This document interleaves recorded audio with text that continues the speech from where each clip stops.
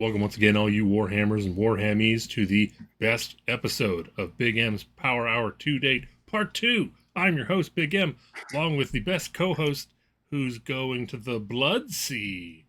Coal Yes, of the Blood Sea. Coal of the Blood Red Sea. That's me. Here we go. No, they just saved the best for last and all the faction focuses, I think is what it is. Bloodthirsters are great again. We can all be happy that they are the archons of destruction they were meant to be. The only thing we don't know yet, and we'll probably be very sad about, is that like one bloodthirster will cost the same as Marathi, and so they'll be bad still. It'll be okay. They'll It'll be figure a okay. way. Yeah. GW finds a way. Yes, yes. But if not, be ready because something might implode in the world if bloodthirsters are good. So just be concerned. Yeah, Be there's a concerned. secret door. A secret door. Yes. Yes. So completely unrelated, but it just popped into my head. Um, have you watched any of the Hellboy movies? I have. I watched the first two, the original two. Good job. Good job. So there's a trailer just dropped today, day of recording, of a new Hellboy movie, and oh boy, am I split, man. Are you? I'll have to have a look at that. I have to say, I have not had a look yet. It looks like a traditional horror movie. Like all the like, I feel bad because all the cinema stuff looks really good. There's a lot of intrigue. It's a lot of what's going on. But they chose like the scrawniest dude in the world to be Hellboy. Yeah, no, I don't know. You can't do that. You can't do that. Like the correct replacement for our current Hellboy should have been just them going to like the world's strongest man competition, finding the biggest, broadest shouldered dude and been like, that one, he'll do. See, the problem is like, I feel like you can make someone look bigger, but you can't make someone be able to act that that have that character. Right. Yeah. So, yeah.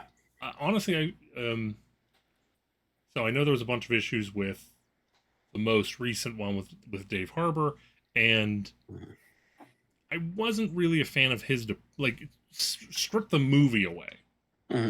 I wasn't necessarily pleased with his depiction of Hellboy. Okay. Whether that's his fault or the direction's fault or whatever, I don't know. But he came off very whiny and not enjoyably immature. Right. It wasn't that quick snap back that you're like, yeah, be an asshole. It's good. Yeah. Honestly, I think the only person that I can think of, and I'm not very good with actors, so there's probably a bunch I'm leaving on the table. Oh, I'm bad. The only one that I would like to really see be Hellboy is Josh Brolin. Josh Brolin. Okay. He played Thanos and Cable. Yeah, he could do quite a bit. He's got a little bit more range, and he's a bigger dude. He's a full blown. Right. He's a Hollywood actor. So yeah.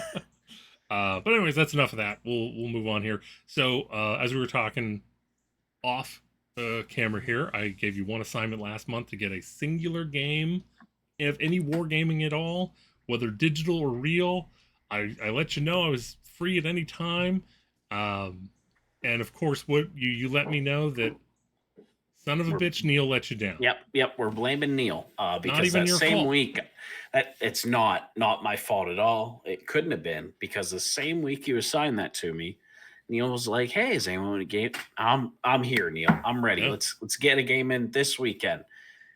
He's like, "Oh, hey, that Saturday we said can't do that now. We'll do Sunday." Oh, okay, it won't be Sunday until about 6 p.m.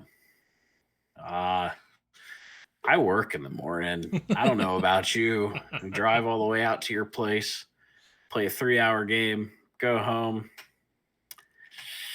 I don't know about that one, my guy. So, unfortunately, I have again struck out for a couple months in a row now on getting a good game in. However, 4th edition's coming.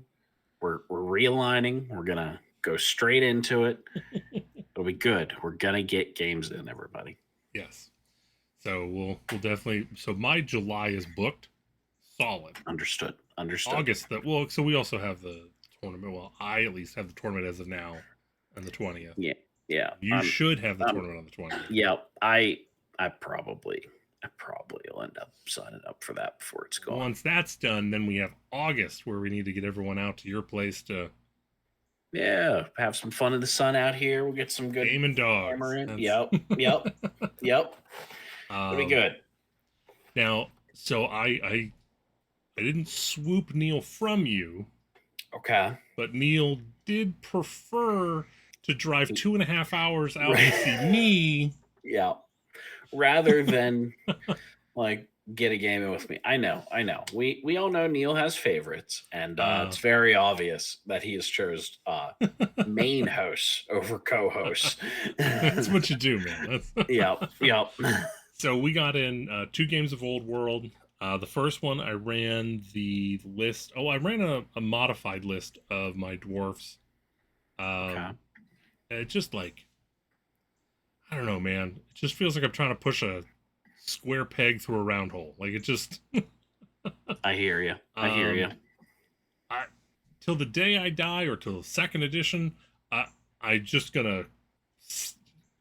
firmly planted in the position that the guy that wrote the dwarf rules did not talk to the guy that was writing the game rules. Okay. He just looked at the 8th edition codex and was or battle army book. There's a okay. There we are. And went, oh, can't do that. Nope, can't do that. That seems a little too much fun. However, Neil did help me write a new list. Yes, I heard about this. And I have a feeling it's just going to be a giant pain in the ass whenever I use it. All it does is just uses a bunch of units, 5-man units of Iron Drakes to be little road nuts bumps in the MSUs, right? Yes. So bunch of little roadblocks that are all shooting at you. It's fine. Yeah. So it's like I just stagger them. So by the time you get through one, I have another turn where I can shoot you with a bunch of other shit. Then you have to charge another one. Perfect. And then on top of that, I got another game in. So that's 2 Old World. So zero Age of Sigmar this month. But I'll be talking about Age of Sigmar for like 3 hours today. So like yeah, that is definitely a game. But then our buddy Ben came to help me do some housework stuff, house maintenance, and he approached me about wanting to get a game of Conquest in. Oh. Mm-hmm. Oh, you tricked him into some Conquest. I didn't even bring it up. He brought it up. He was like, "Hey, when I come out, would you mind showing me Conquest?" And I said, "I would love to." Of course you would. I still am struggling to believe he brought it up all on his own. You text him. No, I do believe it. However, now what was funny was like, so I had him download the app and I built up a list for him. He took the 100 Kingdoms and I took my Spire. I did end up winning. However, it came down to the last model. Okay. I had 1 brute left, and he had 1 knight and his the Night Lord, the hero on. The hero that's on horseback. And they charged in. They put him down to 1 wound. Okay. However, previously I already had that knight down to 1 wound himself. Okay. So whenever I got to swing back, pop, got him. Jeez. It was a really good game. Just so you know, whenever you're doing those intro games, you're supposed to throw that game, by the by. Poor Ben. Just getting thrown under the... No, apparently it sounds like it was a good close game. So good. Well, so I told him about the Abomination, which if anyone knows anything about Conquest and Spire, it's the big, weird-looking thing. Well, it has a 10-inch move. And so he was already halfway across the table, and how the game works is I rolled. I was able to put him on round 3. I put him on the table. By putting him on the table, I was able to move up 10 inches right away. That was action 1. Action 2 was to charge, which in this game is your movement plus a single die roll, and that's how far you go. So I rolled the 6, so I was able to go from not on the table to being 26 inches up the table. Seems okay. So he was like, was not expecting that. No. I also would not have been expecting that, especially out of you, Matt. Let's be honest. Right, that die right. coming up a 6. Well, so my dice get very confused in Conquest because, like, whenever I'm rolling to hit, they're like, do you want high or low? I don't understand. You just seem to be happy. Okay. So whenever it gets into the roll, okay, we'll roll high. And then I sneak one of the low rollers into the to the charge, and I'll be like, I'm rolling to hit, and then 6 every time. There it is. Boy. And the last bit of Conquest news is I finished building my full 2,000 point army now. Ooh, okay. It's a big army, man. It's big. Is it pretty good? So you're going to be painting for a little while, is what I'm hearing. Well, we're going to use a lot of contrast and a lot of squinting, so that's going to be understood. Table height for sure. Well, so here we'll give you a little update since we do a little bit of painting every once in a while. So they have 3 more steps left. Well, besides basing. They need. I just finished all the iron on them yesterday. Okay. I just need to wash them, and then brass wash basing. Very nice. Very nice. Should be done by the 20th. Yep, that's a pretty good deal there. Good deadline to have. We're going to jump a little ahead because it's not necessarily going to be addressed tonight. Goonhammer has been doing some pretty decent in-depth reviews for the faction focuses because GW once again forgot to send me my it's copy. Really weird. If you'd like to see them give me a review copy, go ahead and email them and let them, where's Big M's review copies? Exactly. All it's going to do is give you a better show. That's all it is. But we're all about quality. So, quality around here. This definitely was not rushed in any way, shape, or form. Again, we'll do a real quick here flash over. So what we have, the main thing that we're painting here is 60 dual wielding Volkite berserkers. And one of the few things they go into a little bit more depth of in the review is that the guys with shields are better. So that's yep. I mean, you had called that back when you started with them. Flame Keepers were going to be better. So that's the new warband. And we'll get into that one. So apparently the ones with shields, they have some point where they do mortal wounds, and they have a better save. Okay. These guys get +1 to attack on the charge. Yep, so, they knew. They went, which one did Big M pick? We're going to swerve to the right. It's fine. I think I have 30 shields already, so I can at least do 1 unit of 20. Okay. I don't think I have it in me to paint any more Volkite at this point. I'm surprised you have it in. You've painted this many. As the constant joke everywhere on the internet, and especially in our little group of people, says, they're all the fucking same model, buddy. Sorry. Look, good on you for not going cross-eyed. I know the basing's different colors. I told Chuck it works. Yeah, I don't give me flack, but it worked. Every one of my opponents is like, I can actually tell what I'm looking at. You know what? As I'm killing dwarves, I'm happy to know that I'm killing dwarves that are different, you know? Look, just Neil and Chuck, the other show, they just don't have vision. They don't have vision. They don't. Well, they don't play in tournaments enough to realize the pain that it could be. Yeah, so that's been my month. So as you can see here, we only have a couple articles to get to, so let's knock them out. Yeah. So from when we left off, like the last week of May, all the way up to the 10th of June, the first thing we got is they're going to be doing a global battle. Take part of the slaughter at Hellcrown. So at first I was super excited for it, and then I kind of read about it. I'm like, well, it's not as exciting, but it's still cool. Yeah. Um, Yeah. I'd also like to point out. Let's see if I can go to Here it is. Here it zooming is. in right above the Forge of Anathema. It's an interesting. I don't know what that symbol is, but I'm sure it's something. Who knows what that symbol could possibly We'll find mean? out. I mean, it could be anything. Beat him in a boat. Jeez. So basically, the worst part is that if it is what you're hoping it is, I'm never going to hear the end of it. Oh so. No. You did see the picture I sent previous, like in the last week. Oh, yeah. So, real quick, I don't have it on. I don't have it to share on. Oh boy, we get the old camera in the. No, we're not going to okay. that far. I was gonna say we aren't getting that far down our production levels here. It's a bad picture. It is. It's okay. There's a lot of zoom going on. A lot of zoom. So where is it? There we go.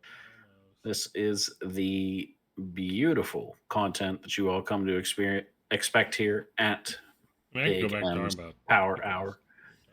I mean, yeah, we could go back to talking about Conquest. In the 4th edition core rule book, when they're talking about the lore, there is that image, this little image here with the following blurb.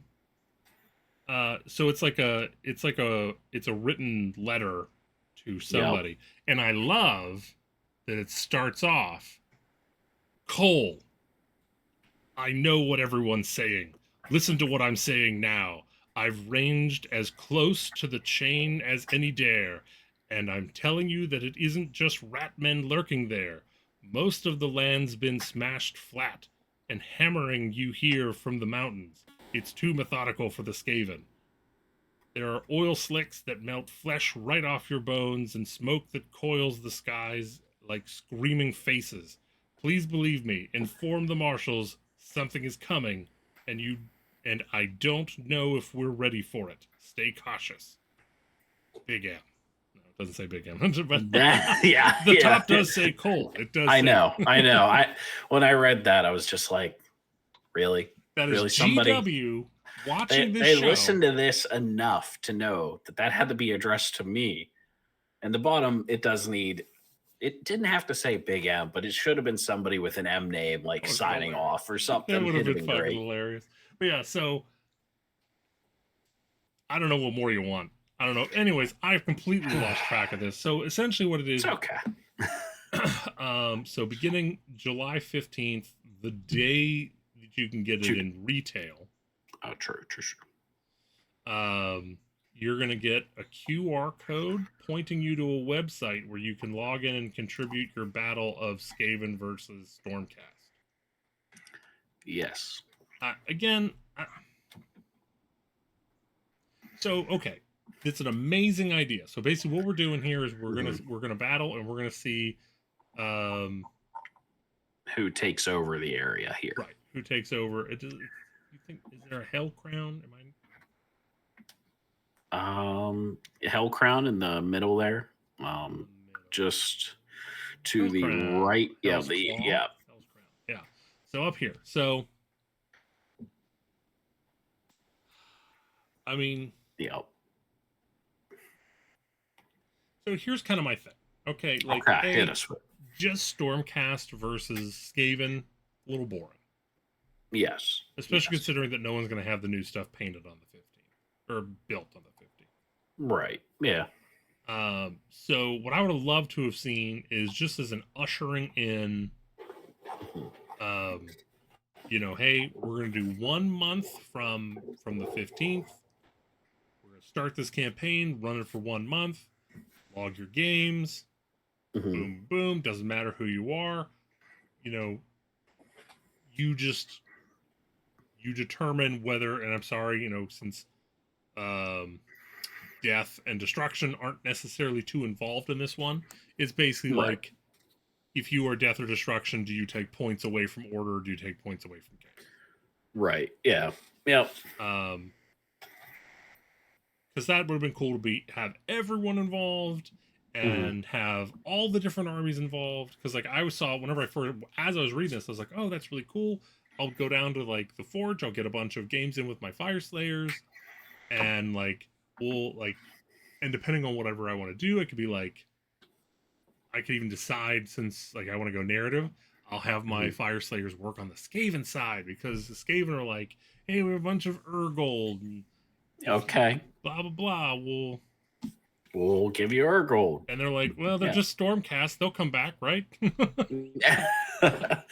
It's fine. They grow back. Right. Just it's not like at some point they decay to the point where they're just a husk and there's lightning eyes. That's not a thing. That definitely isn't a thing.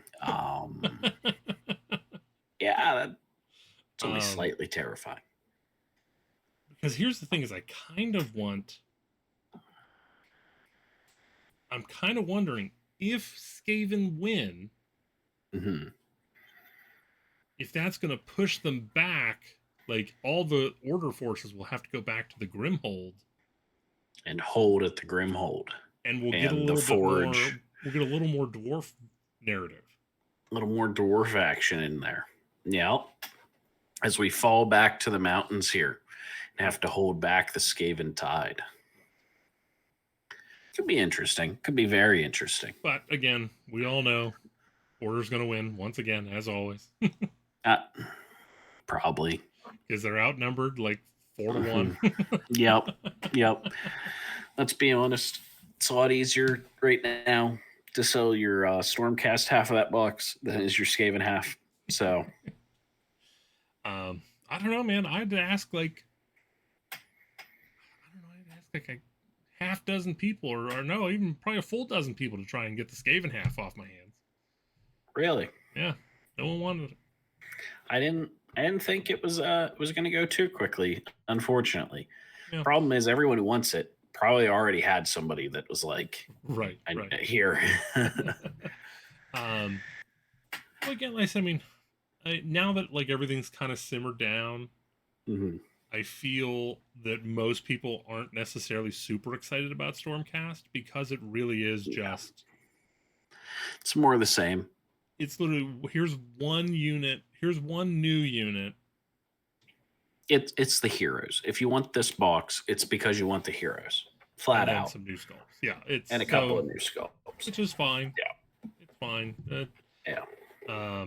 Yeah. So anyways, if I get my box in on time, I'll participate. Yeah.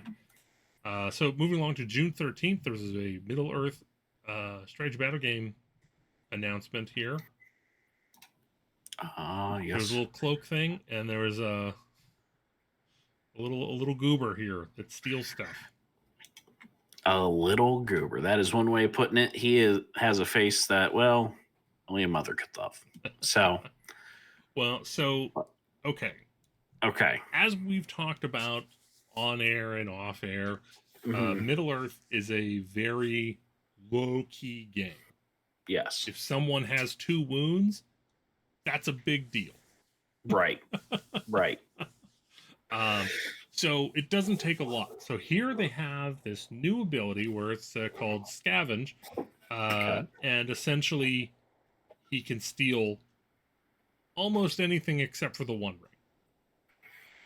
Okay, I'm seeing this here. So he's stealing all the war gear with the exception of a mount or another type of armor. Okay.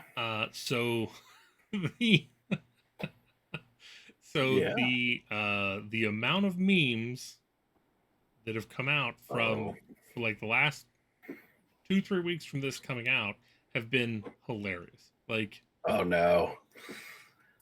Like there was all equipment he's gonna have running around. Right. Like that's like they showed that there was the scene of Boromir looking at Aragorn's sword. I can't remember what it was called before it was reforged. And then they show Aragorn like putting it back up, and then like they put his head aside, like, can you believe what he did to our sword? Oh no. It's been great. Like that's one nice thing about the community is they're so starved for going about it. attention Yeah. that anything positive they just run with. That's Good. Sometimes you just need that. You need that nice little bit of relaxation. We're just gonna have fun and poke at this. Right. It's fine. Okay, moving along. June 20th, we got the full breakdown of the Space Marine 2 gameplay trailer. I won't play it here because I don't know if sound is pulling or whatever. Yeah, we don't need all that fun. My God, does it look great? It does. There was I was watching.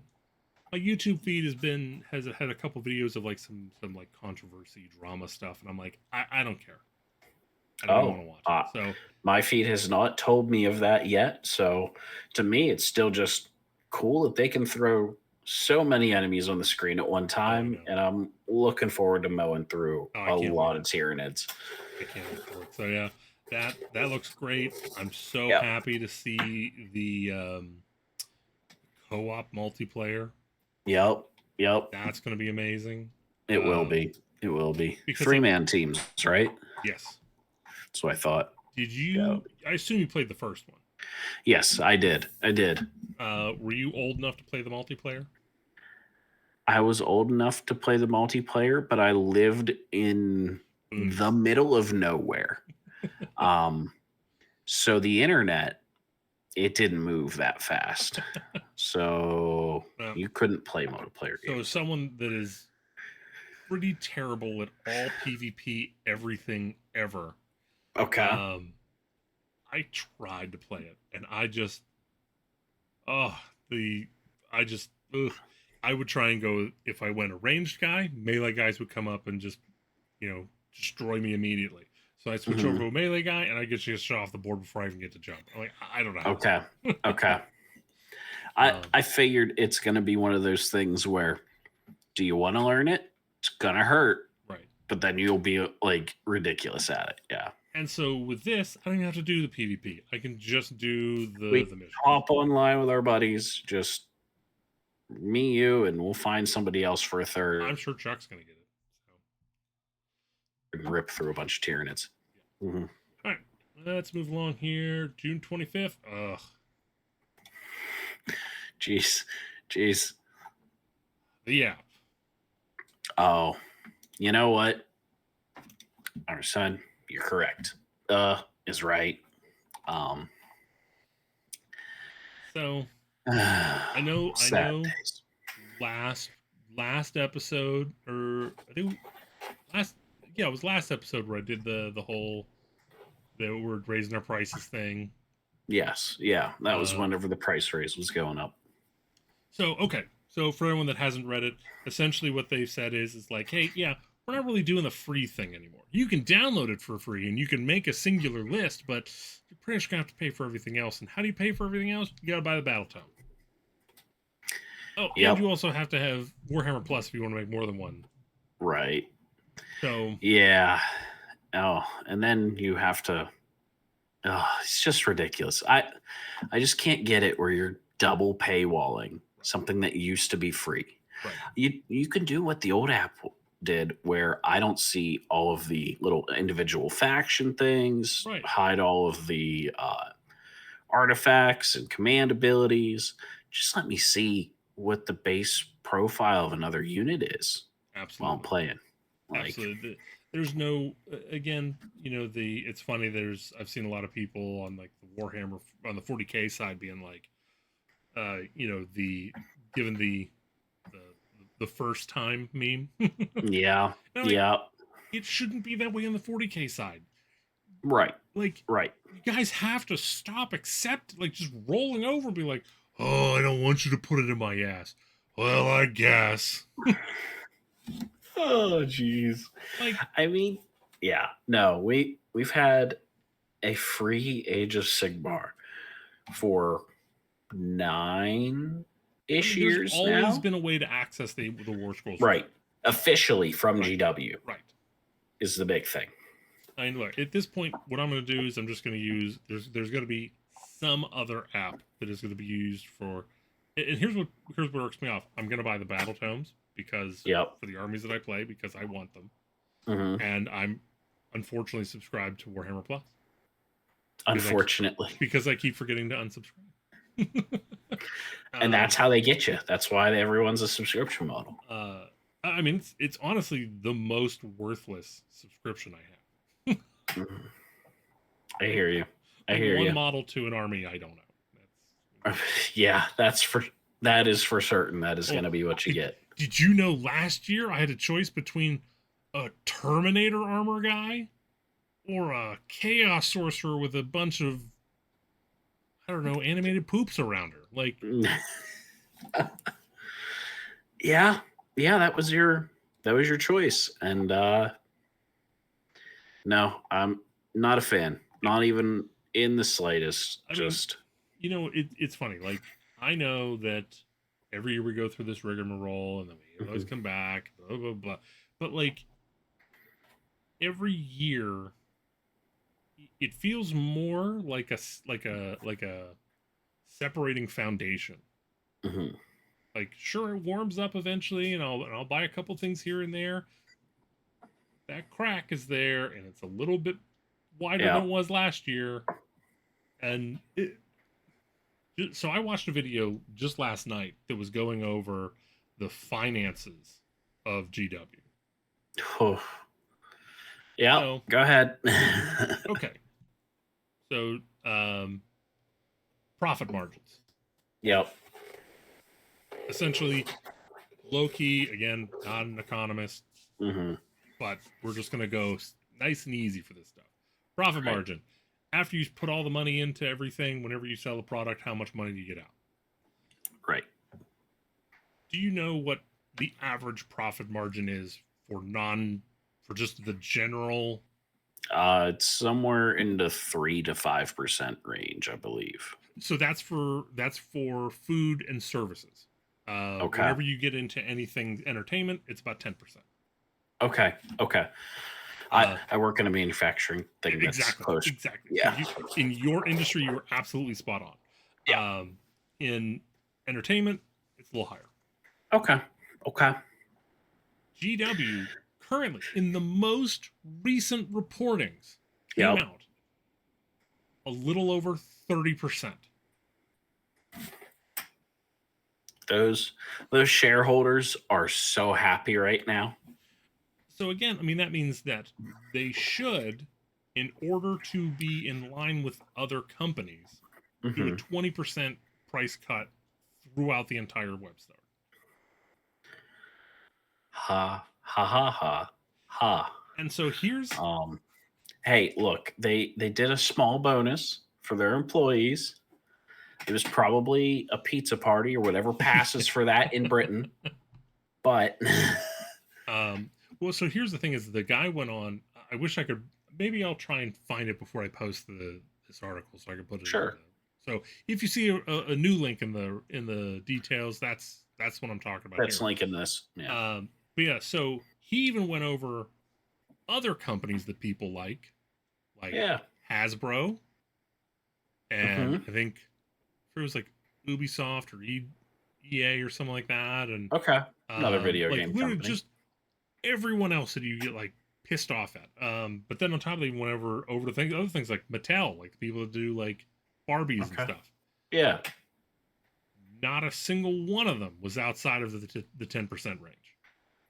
Really? I think the highest was 13. Most of them were under 10% out of all the ones that he looked at. I would say I'm surprised, but I know the rest of Hasbro does bad compared to the Wizard's arm. So, well, as of right now, everything except for the Magic the Gathering arm of Hasbro the Wizards of the Coast isn't doing so hot. Of course, 6th edition's coming out.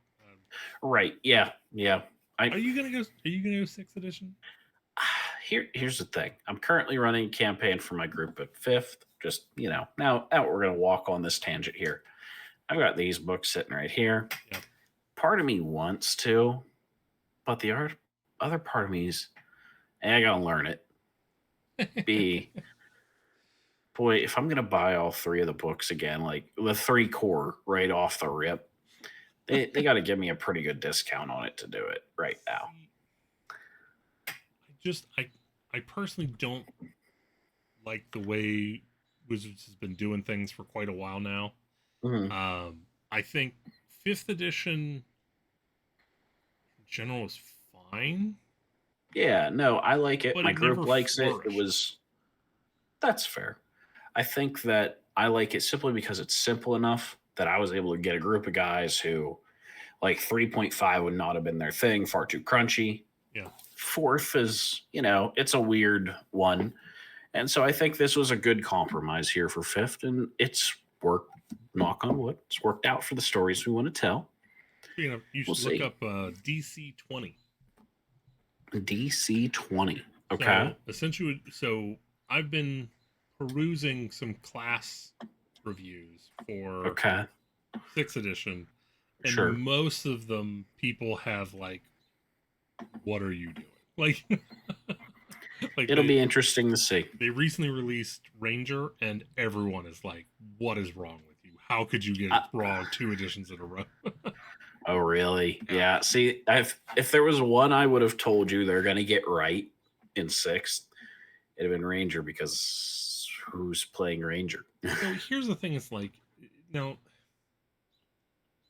and I apologize, guys. I know it's a Yeah, we're off on our own train of we're thought right now, and you guys are just riding along with. we Okay, have it's fine. senioritis for 3rd edition, so It's we're gonna talk fine. about whatever the It's hell we fine. want. Yep, you're So, darn right. um, in in my opinion, and this could be an unpopular opinion, Okay. Gloomstalker is a dumb subclass, and here's why I say that. Okay. A lot of the abilities just make no sense. It is like you were some sort of weird mutant person.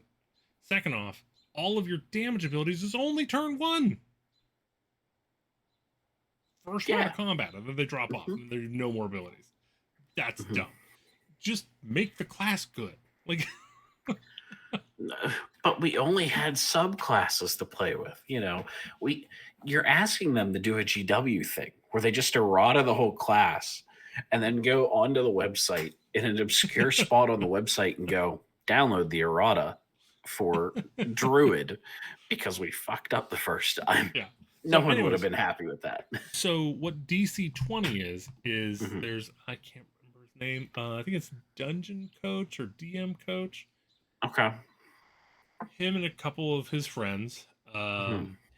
As you could tell by the name, he's a YouTuber that essentially makes videos about role playing as a living. So he's Okay. got He might spend time with them. got a Might. little bit of practice under the old feet. Might. But anyways, Might. so essentially what he did was he looked at everything that people like in 5th edition, and then he looked over and saw everything that people like in 2nd edition Pathfinder, Okay. and decided to do a Reese cup of that shit. I do like me some Reese cups. And everything I've read about it is just awesome. Okay. I really like everything I'm reading. I really like all the classes. Because honestly, that's probably my biggest complaint about 5th edition is like we only got one new class. Yeah, that is true. That is true. Like, one of my favorite things about 3rd edition was how many classes and how many character options you had. How much variety you even had in that game. Yeah. Yep. But yeah, so moving along. All right. App, piss on it. Just hey, remember, trick remember your friend into buying the war scrolls. Okay, the war scroll cards. Take pictures of the ones in your army, and then wait for Battlescribe to update. Yep. Yep. Battlescribe. The old world had a whole new site and then app come out just for it. Yeah. Might happen again because now there's a motivated group. I can't remember the name of it, but the website that you have to use for Warhol, has different systems built into it. So I wouldn't be surprised if they get 4th edition. Okay. Yeah, geez. Now I feel bad because I'm not remembering that one off the top of my head. Which again, I absolutely love it. It's an amazing builder. Yeah, it was a good tool. I enjoyed it. Yeah, but it's worth giving me another second here. Yeah, sure. Give me another second on that. And then, the other app that I was talking about was the Old World Builder that had come out. It was a great little app. Didn't take them very long at all in the grand scheme of the gaming industry. And Old World Builder, is the 1, and then the I don't have it saved right now. It's okay. I can find it. Just look up Square Based and they'll talk about it. I was gonna say, yeah. Just Square Based for that. He'll tell you. It's okay. All right, and then of course, July 1st we got our calendar. Yes, we did.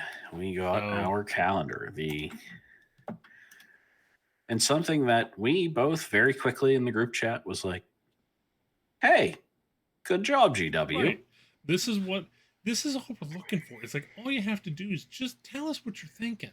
I know what's going to happen before you just post it on the website while I'm working, and then everyone else is going nuts. I was so sick and tired of every single person on every single app going like, oh, I heard they're going to release it today. Oh, I heard they're going to release it tomorrow. Oh, I heard they're going to release it yesterday. Like, no, you idiots. They're going to wait until close to the fucking release so you don't fucking go online and find all the rules and just start playing. Right. Yeah. No, the only criticism I had about this was should told us maybe a month ago or something, same day that you told us that pre-orders were happening, because I don't know about yourself, but I have 2 stores in my local area here in Akron that are like, hey, we're going to have launch party game days on the 13th. And it's like, I don't know how you're going to do that, because as far as I knew, we were going to have to wait till like the 15th to even get an idea. Right. So, well, that's, I think it's a little weird. They're splitting up the faction packs per day per Grand Alliance. It's not the end of the world. It's not the end of the world. Maybe they're worried about some sort of crashing on the sites. I don't know. Because if you did unleash everything at once, we're all a bunch of greedy little gamers. We'd all be like, hey, boss, I'm going to take my break right now, and I got to look up something real quick. Don't worry about it. Now, the problem is, though, instead of me slacking off 1 day at work next week, I'm slacking off 4. I hear you. Yeah. Also, if you're going to start doing stuff like this, you can start releasing things on the week of July 4th. So at least I'm off one of those days so I can watch it then. Right. Just for future reference, GW, we'll allow that. And now we expect the Legends Compendium to have like all the stuff they put to bed. Yeah. That will be put to bed in about 1 year's time, I think is what it was. That's where I'm assuming we'll find like Beasts of Chaos, because whenever you look at the Chaos on Wednesday, there's definitely no symbol for Beasts. So, right. And so Ben was saying that he wants to like kind of say goodbye to Beast Claws at Fabricators on the 20th. And I told him, like, well, if not, bring my Giants. There's 4 models. Have fun. There you go. No, I fully expect we'll have everything so that you can have your year playing with them yet before they actually get sunsetted. Yeah. Well, I already promised that I would be taking Fire Slayers, so. Okay. All right. Let's do a palate cleanser here. So going back to, I think we did the last one in May. So I just skipped to June 4th. Is Tattered Rags. Some sort of tattered cloak. And I'll be honest, I kind of looked ahead on some of these for this month. And so it's going to end up informing my guesses for a lot of these here tonight. I think, obviously, we have very small number of armies, not even a little bit small. A lot of armies that would use a tattered cloak of some sort of undead. Lots of different orcs. But I also think Nurgle. This could be something Nurgle. Some Nurgle? All right. I'm gonna say it's gonna be a new Graveguard kit. Okay. I would not be upset about that. Let's see. Moving on to the 11th. Yep.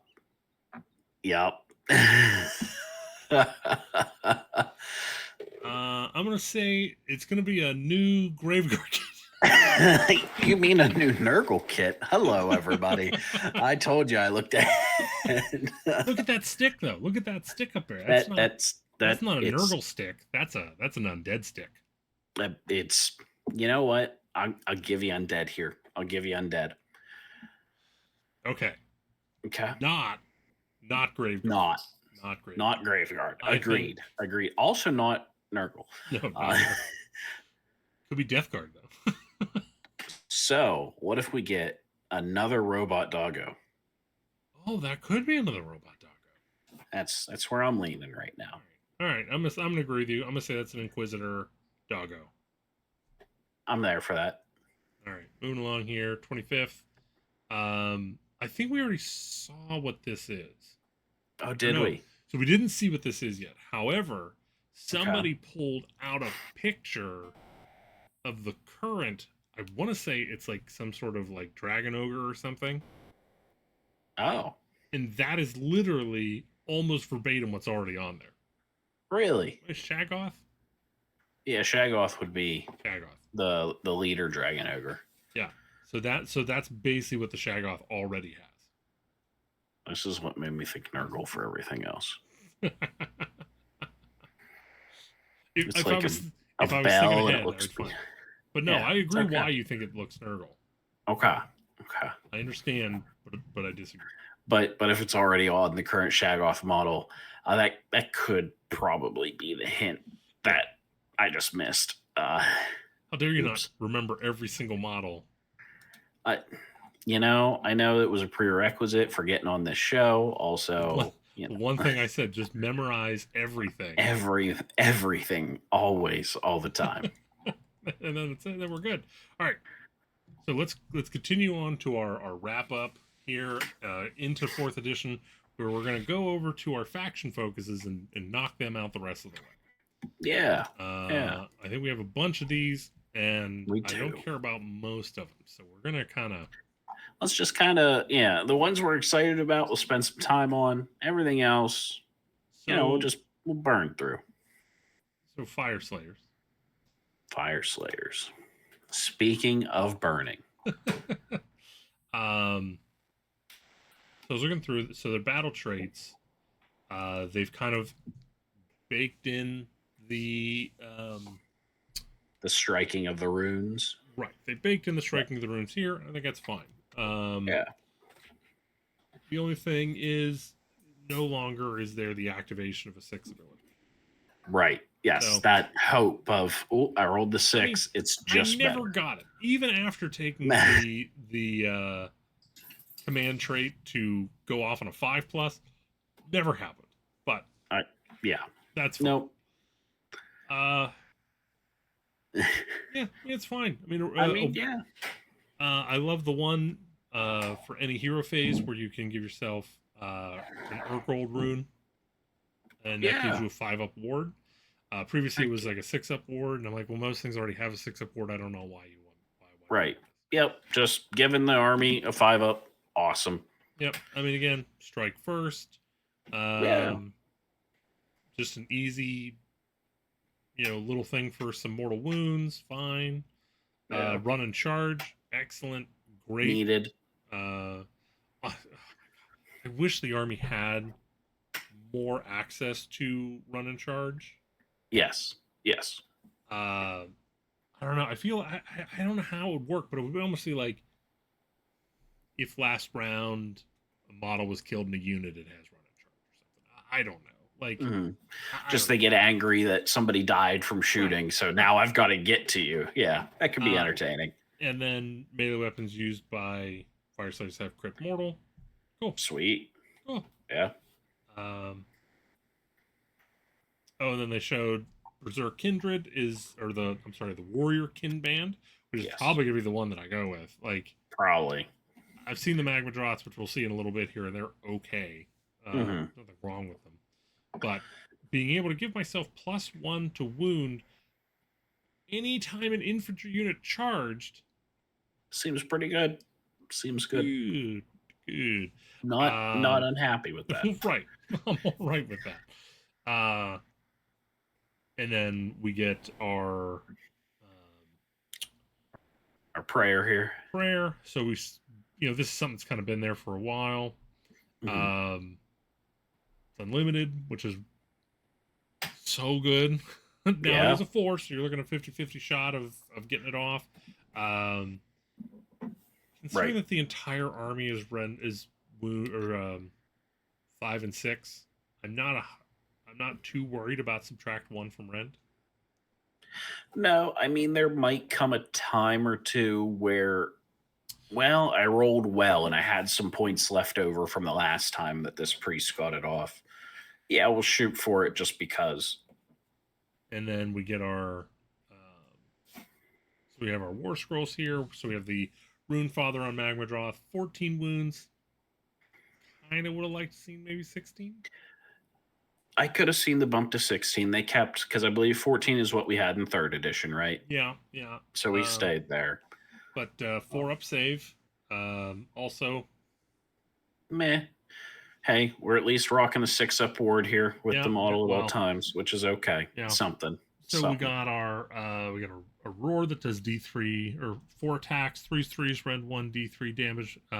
Infantry goes up to 2 rend. I'll tell you, it's not. This might be a very difficult addition for infantry. I agree. I'm not seeing a lot of honestly infantry. Mm-hmm. A lot of infantry is where I would expect. Let me put, since basically if you're on foot, you're infantry. Right. Yeah. So kind of like the battle line is kind of where I think battle line should be, and the elites are kind of in a good place too. Mm-hmm. But that's before you have the plethora of anti-infantry stuff. I think almost every article we talk about will have at least one unit that will have this anti-infantry clause. Right. Now, that again, is like on a hero, on a good I'm not attack. Too worried about it. Right. Agreed. Because again, one of the big issues now is the foot heroes don't really do anything. But now, whenever you're sitting there going, "Oh, well, they're attacking a unit that's there's 10 to 1. Oh, but it gets rend 2. Oh, we also lowered all armor, so like a 4-up's pretty good, Yeah. But no, I think the shooting attack's good. I think 10 inches sucks, but other than that, Latchkey's good. Claws and Horns good. Blazing Maw, it's fine. Yeah. Not upset with that at all. Yeah. The let's see, Raging Inferno. Pick one enemy unit in combat. Roll a die on a 3+. Subtract 1 from saves. Love it. Okay. Warrior Kings. I assume this is going to be a Rune Father ability, whether it's on foot or on Magmadroth, where you give +1 to attacks. Yeah. A little annoyed that it's once per battle army and not just from this one guy, because I'd love to take. Yeah, they don't want. Apparently, what they don't want you to do is take 5 Rune Fathers and be like, "Well, we're gonna have lots of swinging." Again, at that point, just say does not stack. It's right. Yeah, and then that way I can do it a little more. But anyways, it's fine. And then of course, Volcanic Blood, that whatever the damage there. Yep. Well, it's also only for rolls of 1. So good for me, bad for anyone else. Okay. So then we got our Rune Master, who I love the Rune Master. Yeah, I feel like became a must take. Priest 2. Which seems I was a little disappointed whenever I went back to read the rules to say, like, no, you cannot pray the same prayer twice in a row, even if it says unlimited. Right. I was really hoping that I could, like, you get that and you get that, and I don't need to worry about bringing another priest. Right. That was not. But I think with Priest 2, he'll pretty much be guaranteed to get off at least a minor ability every round. Right. So just literally just try and throw something up. I got it. I don't want to use it. Yeah. But so he is this game with their fucking tokens, man. So Yep. Enjoy playing with all of your tokens this time, because if you're gonna get a nice ability like this, you're gonna pay for it somehow. Right. So now, not only do I have to worry about what his prayer numbers are, I also have to worry about what his magma power tokens are. So every time he chants prayer, which, holy crap, are they really wanting you to use the pray in your opponent's turn now? Yeah. Because then one. So now you're getting three in a full round. Right. And then you remove 3 to do a bunch of fun stuff. Yep. So all of these are good. Yep. Add 1 to wound rolls for somebody. But it's only units while they have strike first, right?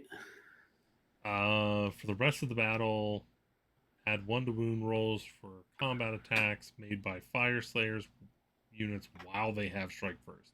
So right. That's the only problem there with that one. Just wait for the. But I think use the one that has strike first.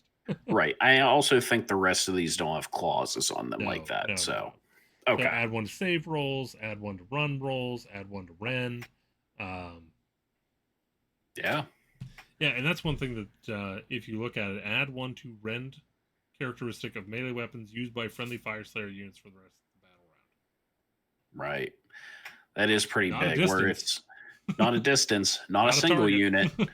It's just the army, baby. It's fine.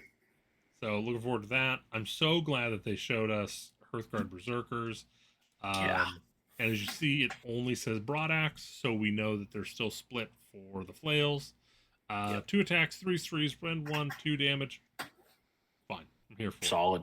While any heroes are nearby, hold within combat range, 5 up board. Sure. Awesome. And while this unit is within range of a hero, add 1 to the attack characteristic of the melee weapons. Now you're looking at 3s. It's like, excuse you? Yeah. So between this and the king from earlier, right, we're talking 4 attacks a model. Right. So boy, does a 10-man unit sound real juicy, real quick. So now you're looking at, so on the charge with a simple all-out attack. Yep. You're looking at 40 swings of 2s and 2s. Rend 1, damage 2, and if you pop here Searing Heat, you're now 40 attacks, 2s, 2s, rend 2, damage 2. Yeah. So. There we go. We go. I'm all right. I mean, if you need to, worst comes to worst, you're throwing enough dice that you'll just get to enjoy crits or mortals as well for that turn if you'd rather that for whatever reason. Well. So, yeah, if you're looking there and you're like, that armor is just too high. One more rend's not going to change it. I'm just going to mortal in the death. Got a fucking Nagash on the other side of the table. Yeah, not anymore. Now, this is another change that I'm absolutely stoked about. The Molten Inferno. This is actually what I said it should have been. Yeah, we have had this talk that it should have been a creature. And with the new prayer rules, it's a creature. Prayers are answered. And it's a really good creature. Yeah. I really like it. It's super cool. And again, I'm going to bring the fucking dumb pizza oven. So I'm going to get these guys as well. So might as well cast them. I got a bunch of 2 cast priests. Guess you do. Might as well use them. Oh, yeah, there was a word in the Goonhammer thing about the wall. Yeah. Apparently it reduces capture score or control score. Ooh, okay. And it's about the same length as a control area for an objective. Wow. So you can just lay it down in the middle one. And it does mortal wounds, I think. Like D3 mortal wounds is something nearby. Oof. So, okay. We're looking pretty good over there. So looking pretty good. I'm, as always, excited for Fire Slayers initially. Right. Now, I will state that you did fail another mission. Actually, you may have failed an oath. So if you were a paladin, those are gone. Uh-oh. I'm concerned because I don't even know that I didn't fail the oath or what the oath even was. Do you remember the end of Brewhammer? I remember Brewhammer happened. There was beer there. The Brewhammer before, whenever I brought Fire Slayers. Well, yeah, that was the only one I've been to. Okay. And I made you promise me that you'd never let me take Fire Slayers to another event. Shoot. am gonna go over to the Cadron Overlords and add the asterisk. Yeah, I'm adding the asterisk. It's Neil's fault also in 3rd edition. So listen, I mean, I think it's going to be a very tricky army to play. Oh yeah, because it's going to be hard to make a lot of those charges because you're still a slow army. Right. End of the day. Right. However, you'll have some things like the Molten Infernoth and other things that can move ahead and maybe help screen. Right. So it'll be interesting to see. Yeah, we'll see where it goes.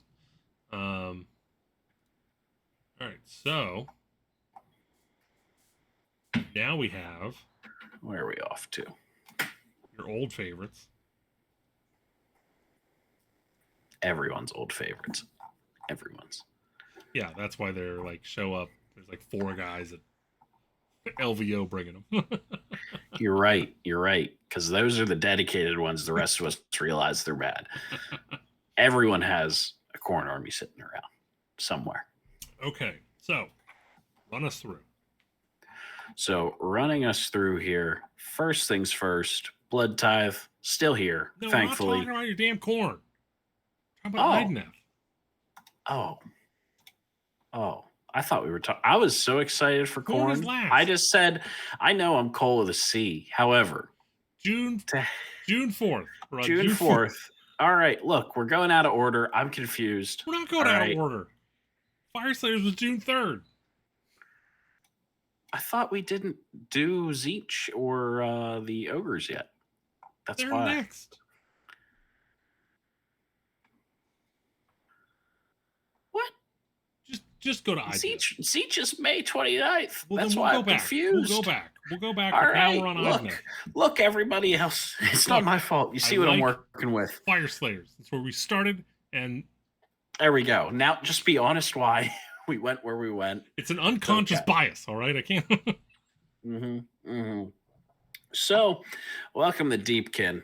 You know, all that passion I had while I was sitting there talking about Khorne. Well, welcome to Meh country.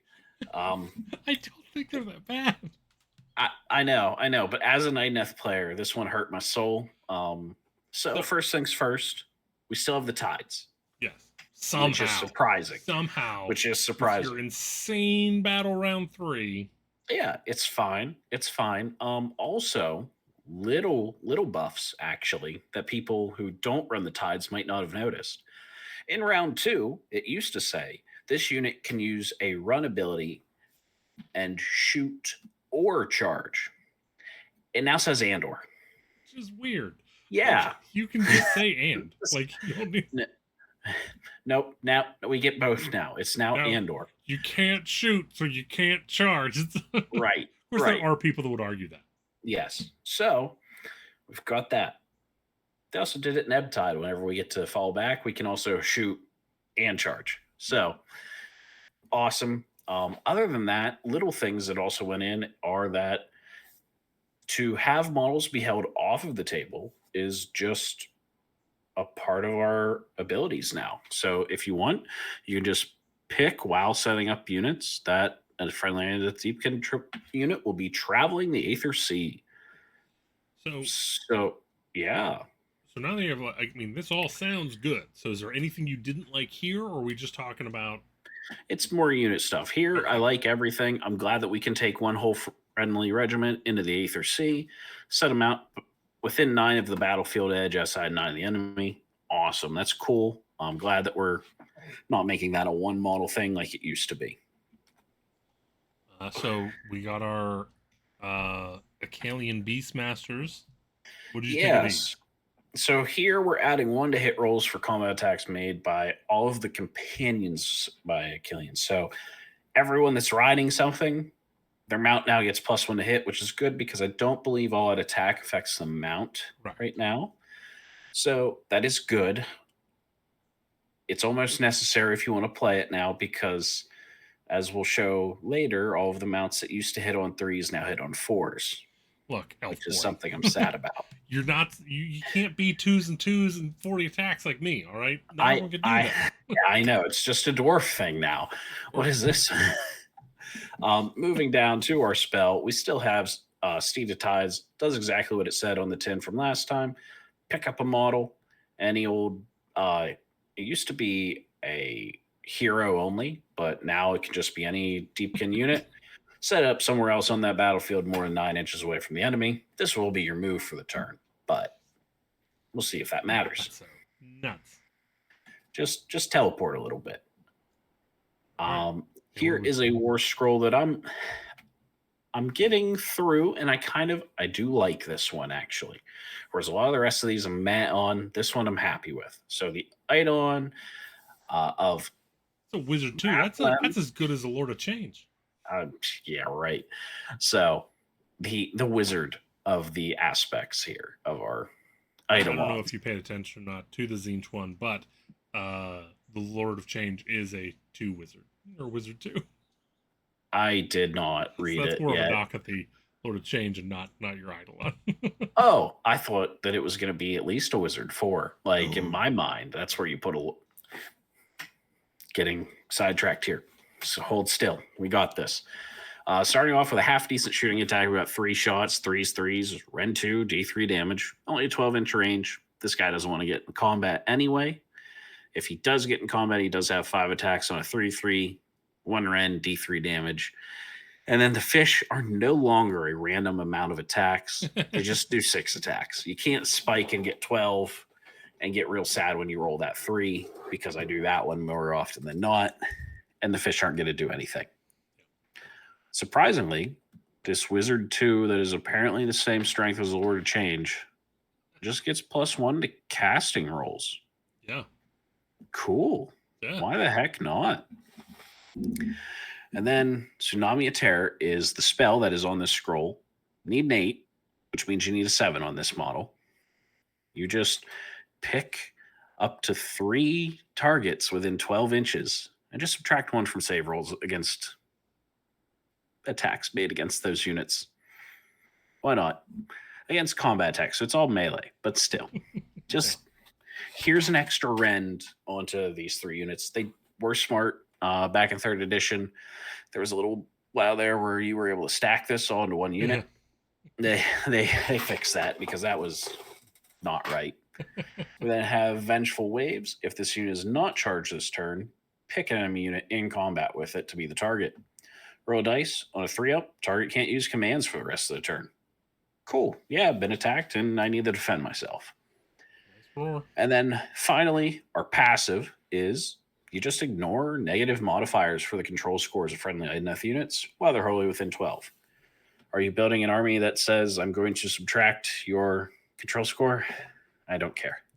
Now, I will say, one thing I'll say for a lot of these war scrolls, is there's gas in the tank, so it really does come down to points. Yes, if this guy's 280, probably pretty good. 260. So historically, obviously, we haven't seen any points yet to have any idea. He's in the 300s, 350 to 320. See, I don't know. Well, again, we'll have to see. Right. But if he's 450, he's probably there. Right. 100% no. At the low 3s, think there's a possibility. Have to see the rest of the spells in the lore for Idoneth. And then we have the Tidecaster, which, just like your priest, is now a must-take for this army. Yes. If you did not leave home with one of these, you're just wrong. She's a wizard 1, which is fine. That's not why you took her. You took her for one reason: Master of the Aether Sea. First off, you just make a ritual roll of a d6 every single turn. On a 3-up, you get to pick one of the following, 2 of which you will use. So, first off, friendly Idoneth Deepkin units just cannot be the target of shooting attacks unless the models attacking them are within 12 inches. So you can use this turn 1 to be like, please, just don't shoot me from halfway across the table. Just great. So I think we'll see. We'll see how good that is whenever the game actually comes out, based on because a lot of the ranges we've seen has been 12 inches. Yes, a lot of the ranges we've seen have been 12 inches. I think there will still be a few notable units that will have farther ranges in the game. And this is only really going to be useful in turn 1. Just let's make sure I don't get shut off on turn 1, especially while I am minus to hit during the first tide. Great. The one that you'll use a lot more often. Oh, I'm going out of order here. Actually, we'll just stay with Creeping Mist. Friendly Idoneth Deepkin units. Oh, that's the same one. Never mind. I did have this right. Surging Stream, the one you will definitely use every second turn while we have Run and Charge active. Add 1 to Run and Charge rolls for friendly units across the army. Awesome. Just, you have to come home and use this every time. It's great. 2 extra inches is very useful in this army. Spiteful Riptide. Each time enemy unit uses a retreat ability after the effective ability has been resolved, inflict D3 mortal damage. So it'll be 2D3. I don't think you'll use this as much because you're normally the army that hits and backs off. Right. And they'll normally want to be the one to stay. Also, if I pop this ability, you'll just go, I guess I'm not retreating. Yeah. So. Well, again, I think that'll be really good for like whenever you have things like. Maybe if I've got somebody stuck in with the turtle and they want to leave the turtle, that'd be the only time. But I think if that's the case, you're kind of already told what order you're going to cast these in. If as you read down, turn 1, let's make sure we don't get shot. Turn 2, let's get stuck in. Turn 3, yeah, I know you want to leave, but now you don't want to. You're stuck in here with me. We got our down to the shark. Health has stayed the same. Saves stayed the same. We lost 2 inches of movement on the shark. It's a very sad day. Oh no! It's rough. It's rough. It's hard out here. What we gain though in our shooting abilities here, very interesting. As we'll kind of get to set up for the meta of whatever it is. If it's a monster heavy meta, you're gonna take the razor shell harpoon. If it's not, you're probably just gonna take the net launcher. It's pretty good. Down from 4 shots down to 2. 3s to hit, 2s to wound is an upgrade. Rend 1, The flat 3 damage is the crazy part. This used to be a D3 damage weapon, so not upset with it. Melee weapons, barbed hooks and blades. We lost 2 attacks here, down to 4. 3s to hit, 4s to wound is worse than what it used to be, but hey, it's not that bad. And then finally, the bite. We are at 3 attacks. That 4s to hit. It's rough, but we are 2s to wound.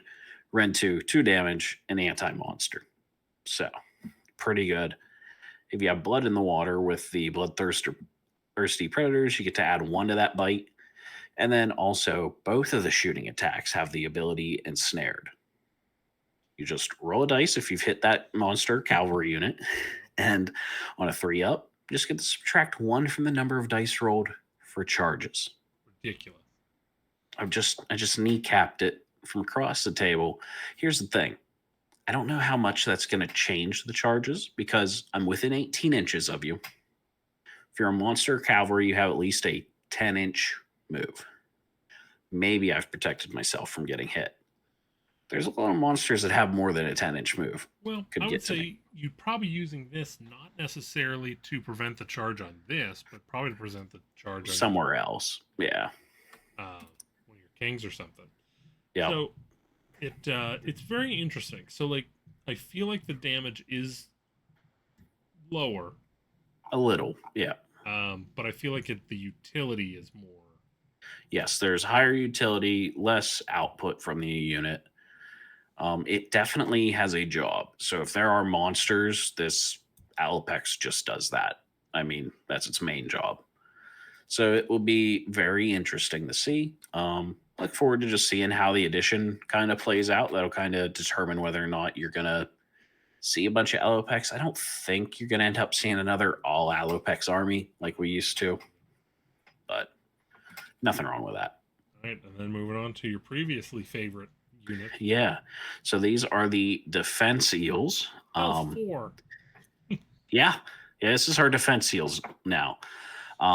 Gone are my old and fond memories of having a 2-up unrendable armor save. Well, correctly. dumb. It was, yeah, no. I had a unit of 3 that I used to hold up many a Archeon for a turn. And that should not have been okay. So they are now paying for their sins of the past, as they now have 3 attacks instead of their 4. 3s to hit, 4s to win, which is a little bit worse. But we got anti-infantry Rend 1 on these attacks. Again, like we were saying earlier, I'm sorry, infantry. Right. I mean, you're talking about 3 attacks, 3s, 4s, Rend 2, 1 damage against most things. Right. Yep. And then again, if you go, I want to be the righty boys, that you're getting 3s and 3s from your from the eels. And then on top of that, 3 up, subtract 1 from an attack characteristic. Yeah, if you roll the 3 up. Yeah, see, here's the thing, though, is that says any combat phase, not once per phase. That's true. So That's if you have 4 of these guys into 1 unit, guess what? That unit's getting -1. That is true. That is true. Now, and also, if you charge, you get a 5-up ward, which is cool. Right. So you still have that defense in there. So I think that's not bad. I mean, for being, we'll have to see them on the table. Being the defensive eels, I wouldn't have had too much of an issue seeing a 3-up. But I think a 3-up, 5-up might be a little. Yes. Yeah, I agree with that. 2-up, 5-up. Right. No, I think you could, if you did the 3-up, you'd have to done something where it ignores some Rend and then not given a ward. Yeah. But if you're going to give it a 4-up, then the ward, I think, makes more sense. You're reducing that attack. And again, just so everybody remembers, the core rulebooks explicitly state that a characteristic cannot be dropped below 1 unless the ability explicitly says so. It does not say so here. So you're not going to make it where you can't be struck back at. Otherwise, army of only these guys. Let's go. So I know the day this came out, you were a little, a little kicking rocks, which we're all allowed. We're all allowed. I appreciate it. I was the same way when KO came out. However, I still feel the same way about KO. I understand. How are you, after I am not as down on it as I was that day. Good. I think points, obviously, like everything that we talk about tonight, points determine a lot of things for the value of these units. I think that there's a lot of units here that the army traditionally leans on that we don't have shown right now. That'll kind of determine where I'm at with the army. But thankfully, I have another army that I want to talk about later tonight, which I tried to talk about far too early. We'll get to here. And again, I said, if we'll go back and see which ones I missed. So we're moving forward here. We can skip. Look, if we didn't want to talk about them, they just don't matter. I kind of want to talk about Zinch, though. So. I know you do. I just pass it. So for the Nurgle guys. So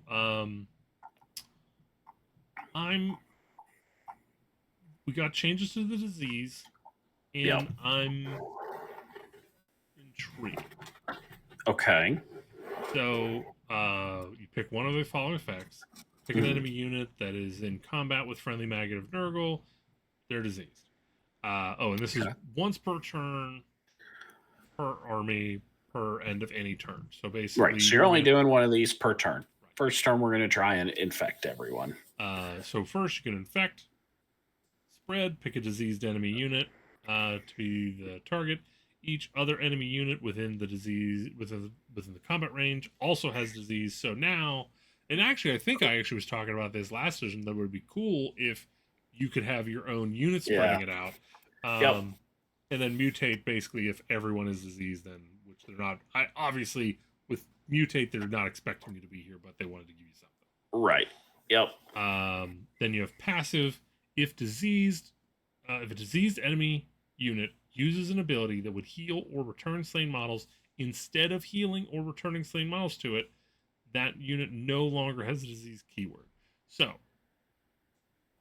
I think that's actually very powerful against some armies, personally. Because I've definitely seen a lot more healing, and on top of that, this would also affect rally.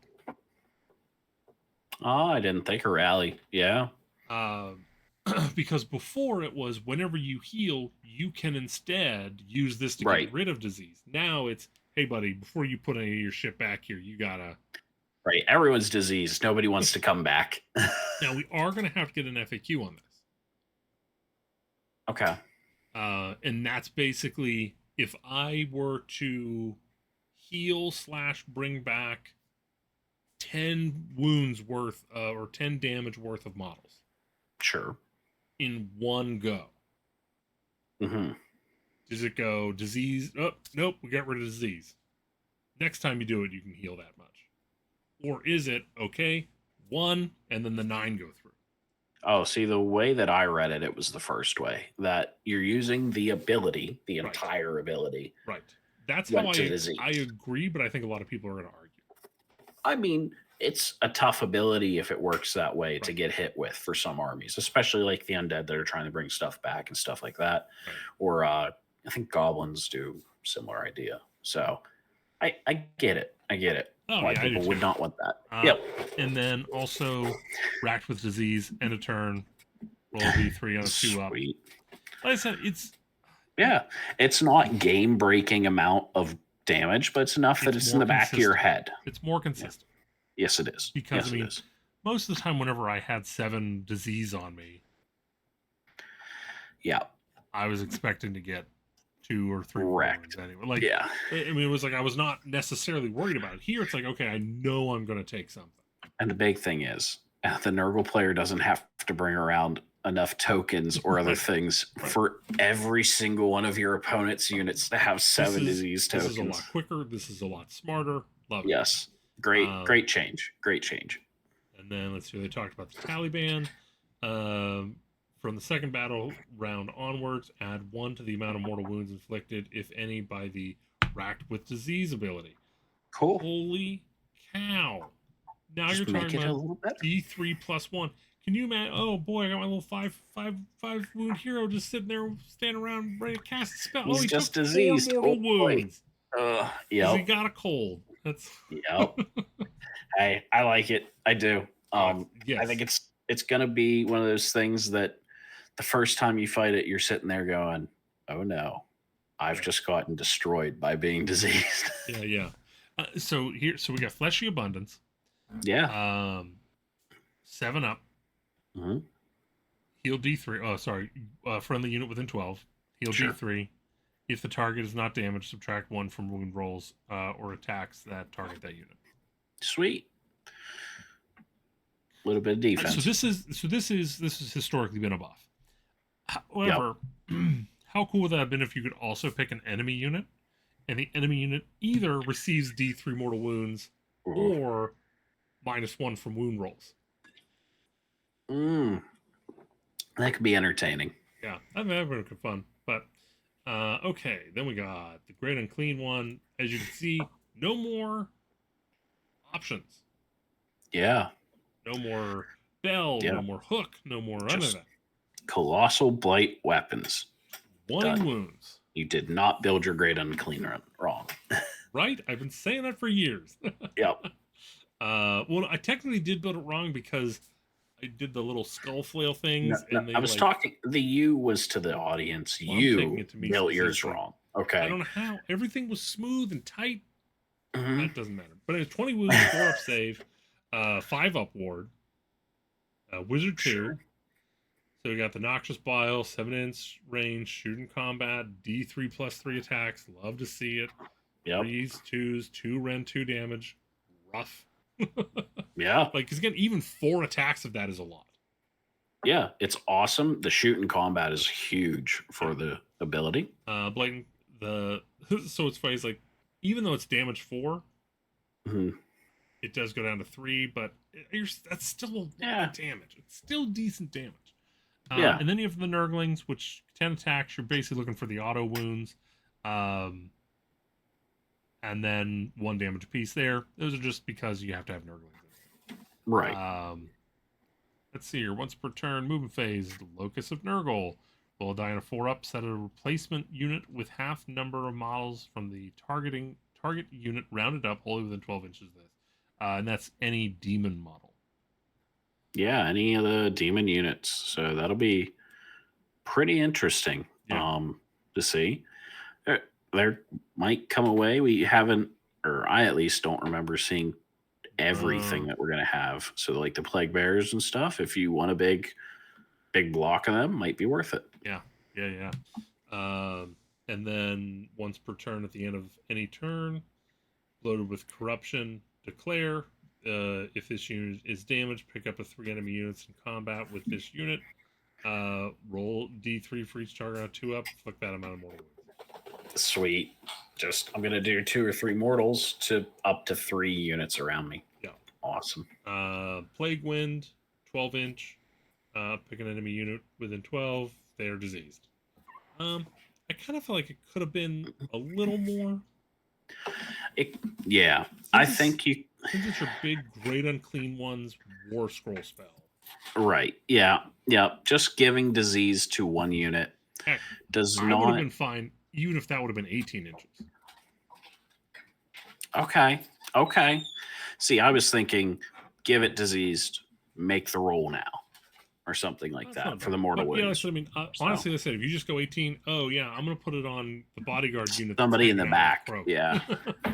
And now I'm going to do the spread. Yeah, that'd be pretty big. I assume Croak is going to work completely different. Yeah. I don't even want to start thinking about that. Sloppy Valpiper, I kind of felt Sloppy kind of came down a little bit. I heard a lot of very similar things to that. I don't think it's the end of the world, but so again, here's what you have. At the end of the day, 12-inch demon on a 2+, you pick an ability, and you have +1 wound. Okay. I don't need the rest of the list. You're fucking +1 to wound. You're taking +1 wound. Yep. And then the next one, ward rolls can't be made. I mean, there might come a time where you're just fighting a certain army and you're, awesome. I mean, imagine, like, this is any sort of one. Night Haunt, Fire Slayers. I mean, you have where they live on that ward roll. And then, of course, subtract 1 from hit rolls for attacks made by enemy units. So, honestly, like, kind of re-looking over it, what do you fucking want?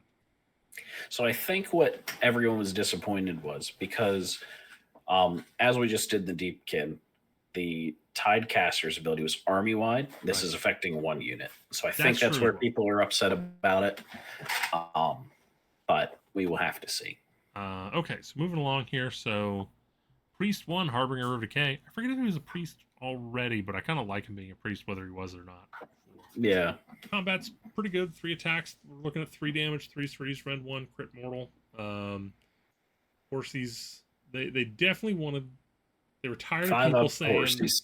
Yep. They were tired the of people horses saying will never do better. Right. Yeah. Never again. Yep. So first off, they have once per battle, pick up to 3 enemy units within 24 inches until the start of your next turn. Subtract 1 from move characteristic, and subtract 1 from run rolls and charge rolls. And charge.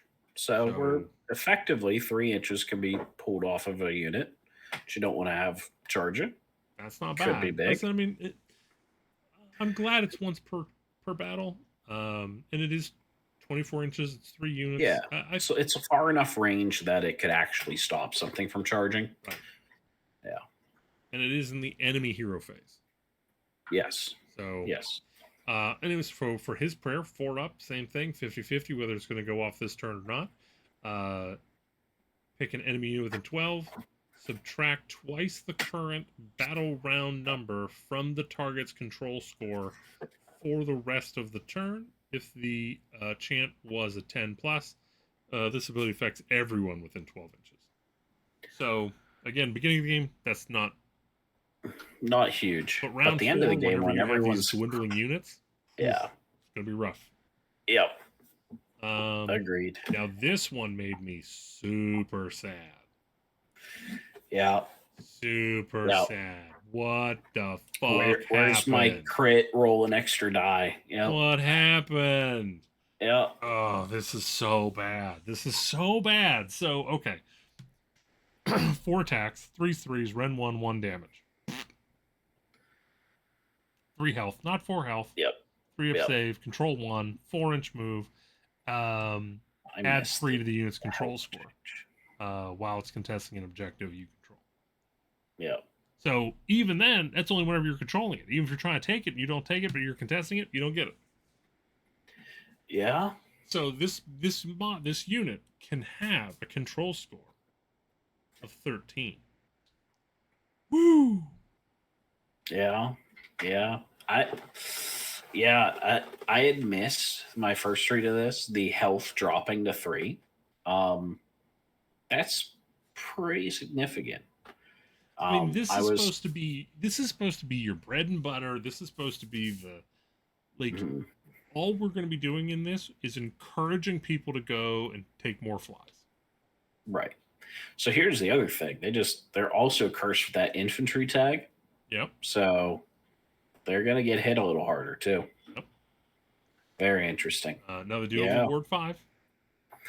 I mean, they always had that word 5, right? I mean, it always felt like they had it at least. Because you could give it from the priest, the harbinger decay. Oh yeah. You could give it. So that was his whole job. Yeah. So now it's baked in. But yeah, I would have liked to have seen crit. Yeah, crit ability. That'd have been good. That's Right. much better than crit. Yeah, we don't care that you crit. Right. It should have been something in there. Crit auto wound. Yeah. I could have seen them with a control score of 2. Yeah. Yeah, these are pretty big guys. I mean, it's kind of like have a different passive ability in there other than just hold more. It's so boring and it's so undeserving. Like, oh, it's so sad to see. Yeah. But again, everything else is looking really good. It almost kind of, based on how strong some of those other abilities were, it kind of does feel like they might be pushing mortals demons this edition. It's very possible. Yeah. We'll have to wait until we get the actual war scroll for them. So I think they have the spearhead in here, but that's Harbinger Decay does not focus on it. There's nothing in here that says mortals, so you'll be able to buff demons just as well as everybody else. So good. The route you want to go. All right, moving along. Another one of my faves. Sons of Bahamut. There we go. Overall, super happy with this. Good. Timber, still a fucking roll off. Yep. Just let me pick where I die. No. It's D3 mortal wounds. Just let me pick. Just let me pick where I fall down. Nope. Can't. Let me die where I want. The guys that are ankle height are pushing you the direction they want this tree to fall. Okay. I swear, maybe once a tournament, I will win a roll off. Mm-hmm. Maybe. I believe that. I believe that. All right. Anyway, so they have Gargant Charge, part of a rampage. It's an 8 charge phase. Declare, pick a friendly Mega Gargant or Gargant unit that charged this turn and has not used a rampage ability. On a 3 or roll a d3 on 2+, inflict that amount of mortal wounds. Yeah, it's something there. Check. We'll have to see what the generic rampages look like. This might just be one you're like, yeah, I need the generic rampages. Well, yeah, we won't know until next week. I think that's gonna be one of the things that like I'm like, I don't know about this one because like unless it's in the unless it's somewhere else, that's like their impact hit. Oh, okay. So that's a big one. That is. That should be Rampage Unlimited. There we go. That should be Rampage Unlimited. But anyways, so we got once per turn in combat phase. You have another Rampage. Pick a unit Mega that hasn't done a Rampage. On a 3+, the target cannot use commands, so we have another Roar. And then once per turn of the combat, has against a monster or a war machine. On a D3, pick it up, put it somewhere else within 1 inch, and inflict D3 mortal wounds. Suplex them. It's great. And then jump up and down, which used to be an attack, which is now an ability.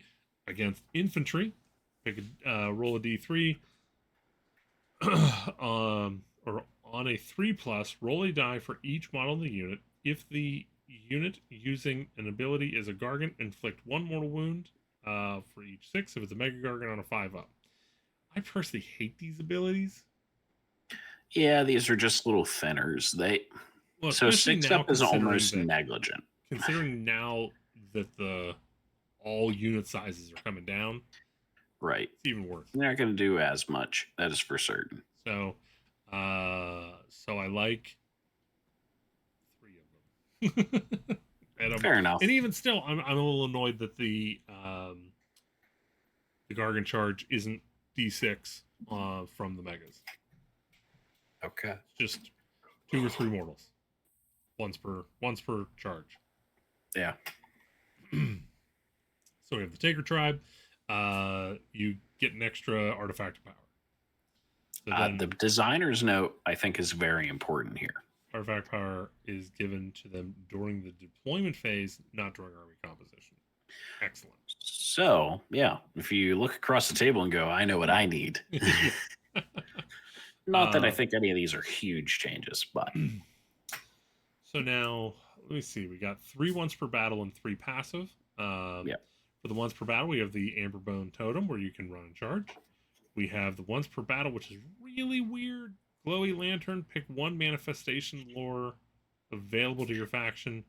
This unit can summon abilities from that manifestation lore as if it had Wizard 1.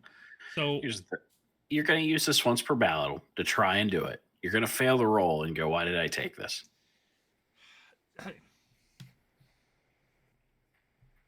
This is another one that needs an FAQ. Okay. Because now I'm going to argue the other side. The once per battle is picking the manifestation lore. It's simply stating after that, this unit can summon abilities plural, from that manifestation lore as if it had Wizard 1. So I'll be able to keep casting the manifestations for the rest of the game and not just once.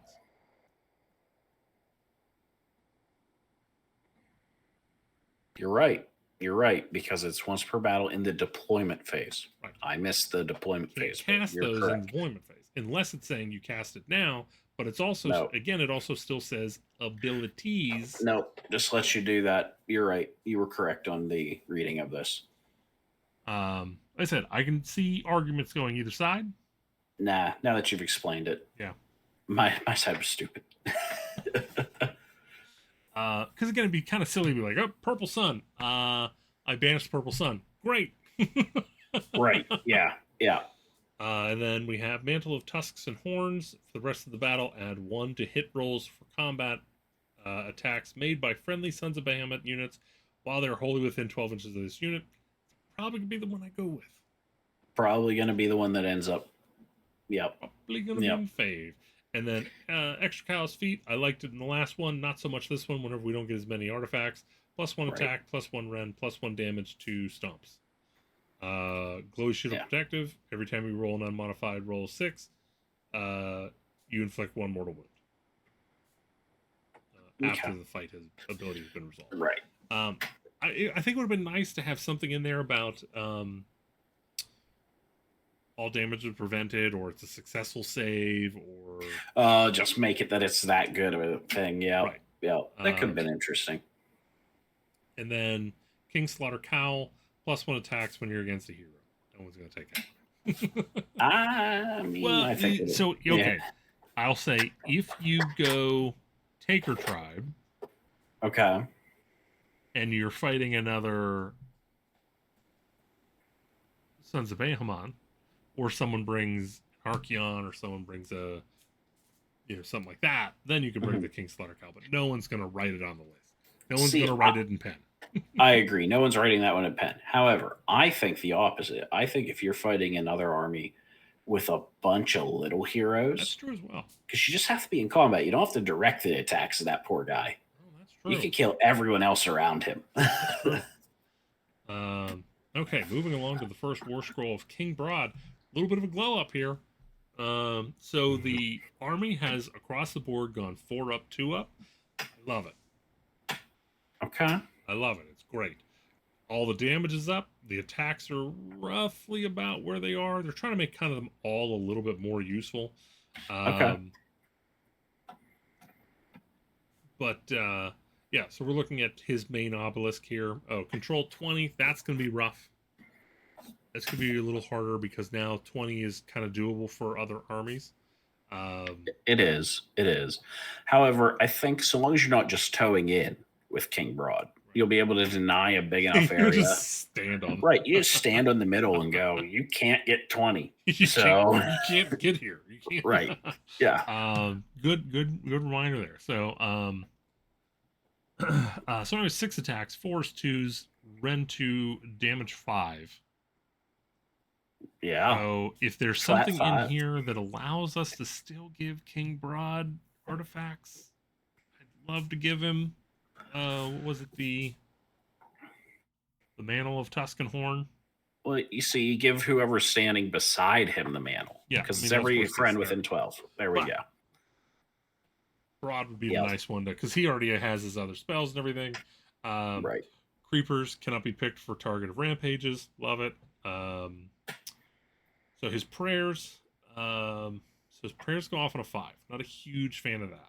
Yeah, it's tough. It's going to be an every other turn thing. And so pick one of the following.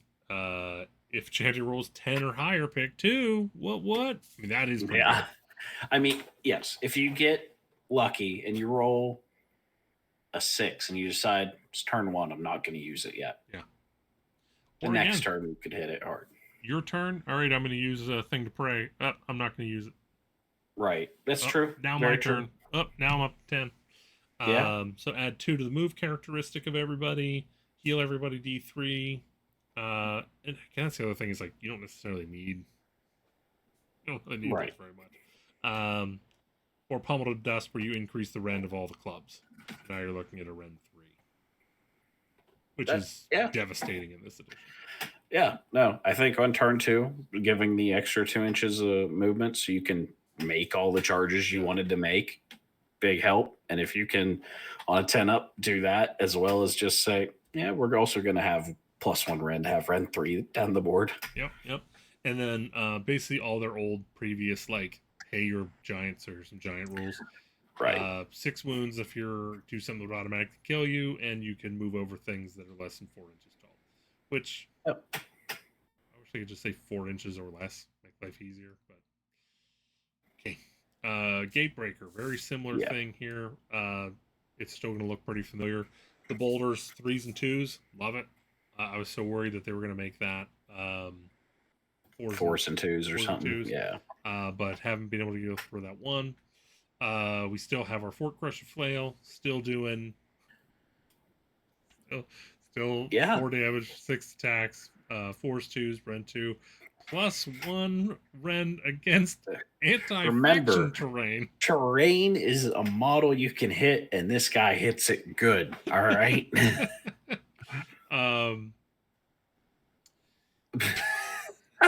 It's great. It's great. Yep. Never change. I'm happy. I'm shocked he still has the risk reward mortal wounds. Inflict 4d6 mortal wounds. Yeah. However, I gotta say it's a little, now that like you're doing rend 2 for almost everything. Mm-hmm. It's a little like if you're at that 3 up, 2 up, there's a chance you could do more than 40 seconds. Yeah. You just got to roll that 4 up first. That's all. Right. That's all. And then once per turn, any combat phase, if the target, pick a terrain feature within 3 inches. If the target is faction terrain, deal D3 +3. Then roll D3 for each non-monster unit within 3 inches of the target. On a 2+, inflict amount of mortal wounds equal to the roll. So every once in a while, this will come in wonderful against an army or 2. Oh, yeah. I mean, again, if you're towed onto terrain, because, again, it doesn't have to be faction terrain. We'll just think like, I'm thinking faction terrain because the OC Bone Reaper piece is massive. Right. And now we're just going to do a bunch of mortals to everything within 3 of it. Faction terrain inflicted. Okay, so So you only do this to faction terrain? Is that what I think it might be. It might be. I'll have to have a look at it more. like, to me, it kind of. I don't. Yeah. So it might do nothing if it's not faction terrain. Yeah, if it's just if it's just a rock that was on the battlefield, we might just look at it blankly. Fine. I'm going to forget about the rule anyway. So yeah. It seems a little weird. I kind of wish it was. Well, the problem is you have pulverizing strike. It's really hard to give it anything additional. Right. Yeah. And it's still 6 attacks, 4s, 2s, 2 red, 4 damage. We got our War Stomper. So now we've now seen 75% of the army already. Yeah. not 75. Sorry, I forgot 60, they added that 60. Other. Yeah. So again, awesome. Anti-infantry +1 Ren, anti-infantry +1 Ren. This guy's actually pretty good now. Yeah. The Titanic Boulder Club is add 2 attacks for every 5 models in the unit that you are targeting. Which is big because it only starts at 4 attacks, but if there's 10 models in the unit you're swinging at, it's 8 or now. Even a unit of 20. You can only hope. You can only hope for a unit of 20 and be on the other end. You sit there and say, I'm going to have 12 attacks at you now. It's fine. Still has hurled body. Still does not count as a shooting attack. Oh, I just realized pick a visible enemy unit. It just does the mortal damage. Which is amazing because I can't tell you how many times I picked up the body and then just can't find the floor up. Couldn't hit. Hey, there we go. We're just going to let you hit people now. Oh, yeah. Then we got the Man Crushers. Man Crushers still, I don't care about them. Yeah. Fair enough. Maybe if they're really cheap point-wise, it'll make them appetizing to somebody, but I get why everyone just wants the big stompies. Yeah, I don't know, man. So, I feel like, I'm supposed to take the little guys, and I try and take the little guys, and I feel like I don't do as well when I take the little guys. I can see it. I can.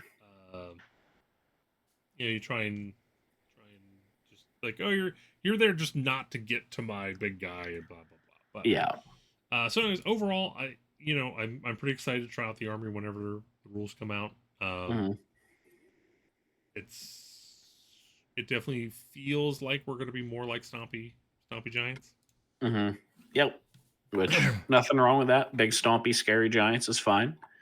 They will continue to be the DPS check of Warhammer. Of can you do 35 wounds to a 4-up armor save in 1 turn? If not, he's got a big club. Yeah, it's gonna hurt you. All right, so over to Osiarch Bone Reapers, which I really don't know that much about. Yeah, I looked at the army once upon a time. Again, this is one of my few wins where I have no desire to start the army. Understood. So let's see. If friendly units have relentless, so these are all relentless disciplines, right? So if you haven't picked one of these, you can use it. Yep. It has to come from a hero. Yes. So the first one is all friendly Bone Reaper units that are wholly within 12, +2 to movement. In the charge phase, this is a... Just pick a friendly hero. Yeah. Add 1 to the charge rolls. Add 1 to the charge. Legend. This is again, pick a friendly hero.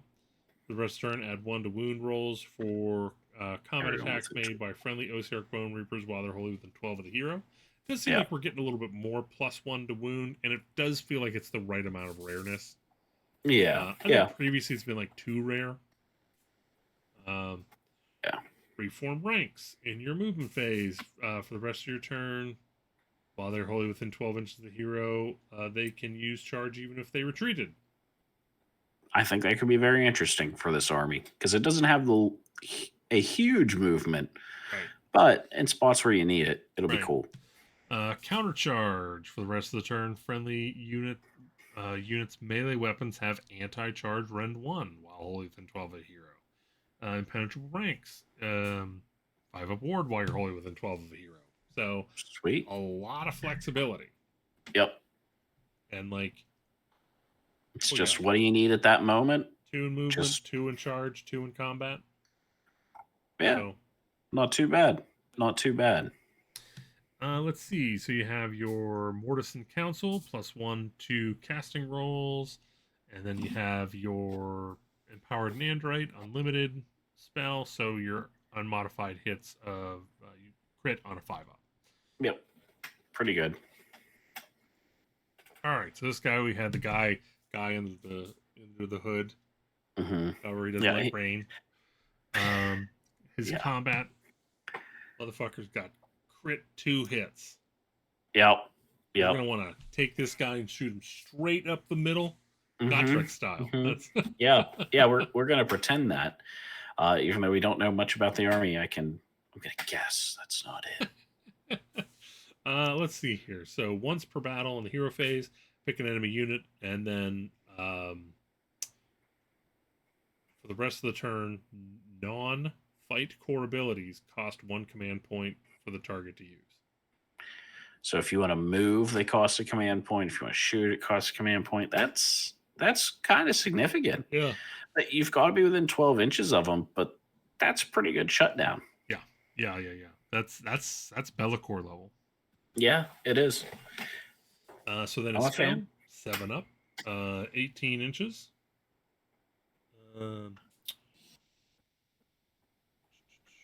Okay, until the start of your next turn, each time the bound friendly unit is picked to be the target of an ability used by the bound enemy unit, roll a d3 on a 2+, inflict an amount of mortal wounds on the bound enemy unit equal to the roll as a reaction. If the bound enemy unit is destroyed by this ability, do not resolve the effect of the enemy ability. Okay. Cool. So you basically just wound them for doing shit. Yep, that's what I got from it too. Yep. I don't want to play against that. No, that's very Bellacore-ish in both abilities. Of you want to move, it's going to cost you something. All right, and now moving on to the most handy capable of the OCR. Right. Yes, very nice, very nice. Also, crit 2 hits, ready to be slingshotted to the front of the line. Yeah, yeah. Wizard 2, same strength as a Lord of Change. You're just gonna keep bringing that up, and I'm gonna get sadder and sadder for Tzeentch players everywhere. So you pick a friendly unit holier than 12, and they have strike first. Sure, why not? Cool. Sure. I mean, he better be a lot cheaper than the Loch Mortion. That's well, I guess that's not an unlimited spell, and the other thing is only once per battle. So right, well, it's not once per battle army. I think he is a named character. Is that his name? It does say. I think so. Yeah. All right. Well, sorry. It says unique down. I tried bottom for you guys. Yeah, all right. Necropolis Stalkers, 4 health, 4 up. I'm really shocked that we are not seeing more models with a higher control score of 1. Agreed. There's a lot of models that I think could have stand to have a control score 2. These being one of them that just looking at the model, he's a big guy. Control score 2. Right. Yep. I feel like they should have either gone like the smaller units, the smaller numbered, bigger, like the Eliter guys should have either had a higher control score, or the weaker models that were previously battle line should be like something. Yeah, picked one. Okay, so anyways, so 4 attacks, 3 threes, 2 rend, crit, 2 hits. So not super spicy. No. I believe this is a unit of 3, so you're looking at 12 attacks. So... Yeah, gonna crit twice. Yeah. So pick one of the following effects for any combat phase, so yours or mine. Subtract 3 from the control score. So that'll pretty significant. Yeah. Subtract 1 from hit rolls, and ward rolls cannot be made for damage points infected by this unit's combat attacks. This unit's melee weapons have rend anti-hero rend 1.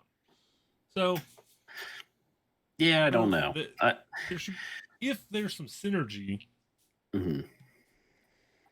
What was it up here? Something. Strike first. Yeah, give them strike first, and give them strike first, or yeah, I don't know. Yeah, add 1 to wound rolls, so they could be 2s and 2s. Right. Maybe increase their crits to going off on 5s. I don't know. I feel like they should be damage 2, but again, yeah, damage 2 or control 2 would have helped. I think their first aspect, where it's -3 to control scores, as well as being control 2, would have been good, because then they could just fight a Tamben squad and still own it. Right, so right. More tech crawler. I like how we only got the pling. yeah. That's all you needed. You know what the rest of that model looks like. It's good enough. So the minimum range is gone. Yeah, it is. So 4 attacks, 4s, 2s, rend 1, D3 plus 2 anti-infantry, rend 1, and crit to hit. Cool. If it's cheap, maybe. Yep. Not bad.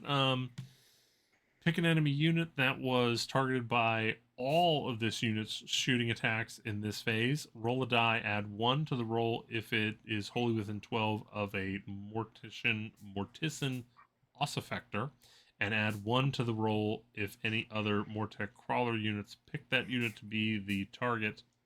Wow, that is a long way to the well. So you have what's his face within 12 inches of the target. And then you have to have 2 more tech crawlers going on at the same thing. Right.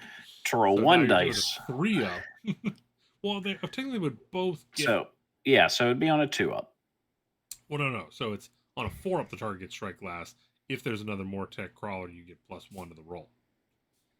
So it goes up to a 3 up. But both of them get to make the roll. And okay. So you're doing double 3. Yep. Double 3. Okay. I don't know, man. I don't know. Strike class is okay. I don't know. So the big thing is, this model used to be very modal. It'd go, is it a horde unit? I have a thing for that. Yes. Is it an elite unit? I have a thing for that. And now it's just, I'm okay at shooting. I feel like it's probably going to stay at home. Unless it'll be interesting. Unless it's like 80 points, it's probably staying at home. Yeah. All right. So overall, the army, I don't know. We'll see where we go. I'm not impressed. I think the big thing is just, how do the basic infantry look? That's the most important thing in this army. I'm surprised they didn't show the Mortec Guard. Yeah.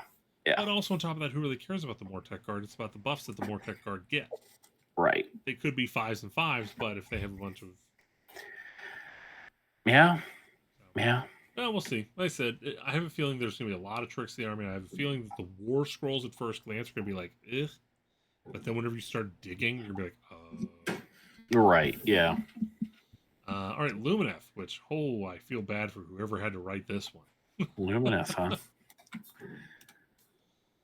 What? That's the next day, right? No. I thought you were like skipping over something because you were contractually obligated to put it at the end. Because there's those Daughters of Cain in between on June 24th. No, we already did. What? We'll get to it. I thought we already did Daughters. No. Because we said, no. Oh, that we did our ranking. We did a ranking. We did the ranking. Yep. Okay, yep. We did talk about them at one point last month. Lightning Reactions is still here. Why not? They don't need it anymore. Just because you have pointy ears doesn't mean you get everything under the damn sun, all right? It does. Look here, Dwarf. You had your one thing you were excited about today. The elves need a lot to offset your happiness, okay? You had one period in 2nd edition where you were really good with those Fire Slayers. Mm-hmm. Give it up, old man. Yeah. There we go. All right, so Shining Company, I love that you can just pop in and out of Shining Company now. It just makes life so much easier. Yep. Honestly, Shining Company is probably 40% of the reason why I gave up the army. That's fair. That's fair. It was a pain in the butt to move. It made the army so unfun. Oof. Yeah. Anyways, also these are, you can see Faceted War is the keyword. So basically, if you don't have a thing, then you get that thing. Yep. So let's see. We got move like the wind. Each target can move a distance up to its move characteristic. It cannot move into combat during any part of that move, and it cannot use shoot abilities for the rest of the turn. Okay. Which is interesting because it's Huracan units, which you want them to move and shoot. Yeah. Yeah. It'll be interesting to actually see the war scrolls for them. Something. We'll get to it. We'll get to it. I think there's a thing. Okay. I think there's a thing. Don't quote me. Let's see if there's a thing. Power of Hish. I was wondering where, I was like, where's Power of Hish? And here it is. 5 up to do your mortal wounds. That's what it was before. It's what it is now. Deep Thinkers, we have them coming back. +1 to casting rolls for friendly Sonara units. Enduring is Rock. +1 to, or subtract 1 from Rend characteristic of weapons used to target Alarith units. So as far as this goes, I'm of two minds. Okay. I don't like that each one is specifically calling out a specific temple. So,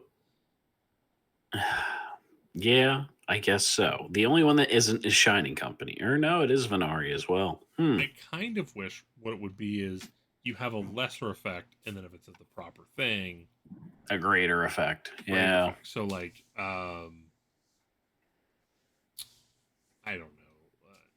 I don't know, because now I'm reading through and going, I don't know what the greater is, because it's so like you'd have to come up with something. But like, right. So like, say for the move like the wind, you can move. If it's Huracan, you can also shoot. Yeah, that would be interesting. If it's Power of Hish, like, you add one to cast if you're, I don't know.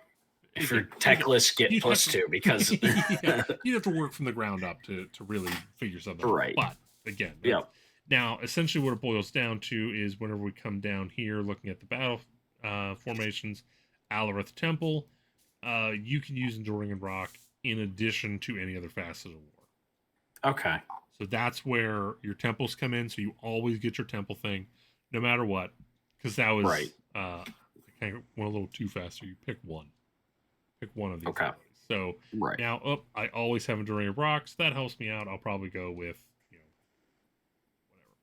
whatever. But I do think this is going to kind of push you into bringing basically Venari into almost all lists that you have. All foot heroes or all foot wizards will have the Sonari keyword. So that'll be good for everybody. So we have the Manifestation of Hish. We got our Summon Sanctum Ementalk. Yes. This is weird. It is weird. Okay. So no health. Right. No health to it. Can't beat it up. Banishment of 7 up. Okay. So here's what it does. So while the unit was picked to be the target of the Summon Sanctum of Ementalk, you're put inside. So basically it's 3 parts. Okay.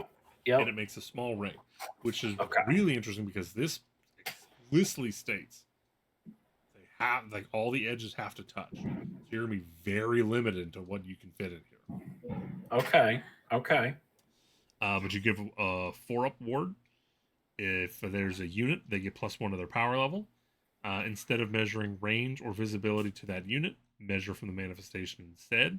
This manifestation cannot be picked to be the target of abilities other than banish abilities. And if that unit uses a move ability, makes Pylon move, or is removed from the battlefield, this manifestation is removed from play. Very interesting, especially the measuring range or visibility. So I can't shoot that unit anymore. Have to banish this and then start fighting. Which is also, I'd like to measure it out to see what would happen if I set it up, and then I go back here, and you charge the front, or can I be outside of 3 inches?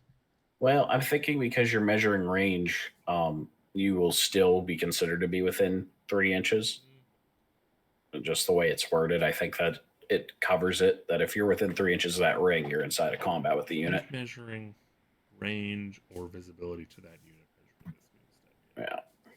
Yeah. So then we got our Elanya and Elithor, the two elves that no one ever took. Yeah. Yep. It was a really cool model, though. Yeah. 6-inch move, 8 health, 4 up save, 5 ward, wizard 1. So the blazing sunbolt, okay. Attacks, okay. There's nothing super spicy here. Basically, it kind of boils down where you have to choose which person is in charge. Mm-hmm. If you go with the lady face, she gets +1 power and she has a 4 up ward. If you choose what's his face, you add the current battle round number to the damage of his sword. Boy, that could get on 2s and 3s off the rip. Could you imagine somehow, by the grace of Grayskull, this thing's still on round the table. 5. Right, yeah. Round 5, you now have 5 attacks, 2s, 3s, friend 1, damage 7. Come on, big boy. Thankfully, this won't live that long. However, if the day somebody does it, they're going to be like, oh, let me show you just how this guy can be. I mean, thankfully, it's only round 1. Right. Yeah, right. It's letting us down with the two, or it should be Ren 2 anti something, but it's fine. Anti-infantry. Get out of here, infantry. Ren 2. Or because again, he's supposed to be like real, like he's supposed to be like real egotistical and like real, like look how powerful I am. I have probably monster or hero. So it'd be like monster hero in my mind. But yeah. So here is dreaded Total Eclipse. Only place you can find it, though, kids. Only place. Chances are, because it's on a war scroll. So here's what I'd like to put. First off, it's on a war scroll. Amazing. Second off, they also picked one of my ways I said that they should update the damn thing. Mm-hmm. So it goes off on an 8. They don't have any innate +1, so you basically have to go with Sonari, which they do have. So until the start of your next hero phase, the first time an enemy unit uses a command within 8 inches, your opponent must spend an additional points to use that command. Okay. Just the first you pay time. For it once you're done. Yep. Yeah. Now, again, in this edition, with how limited command points are, yes, that's still rough, but it's not everything. And then, of course, they have sudden translocation, end of any turn, pick it up.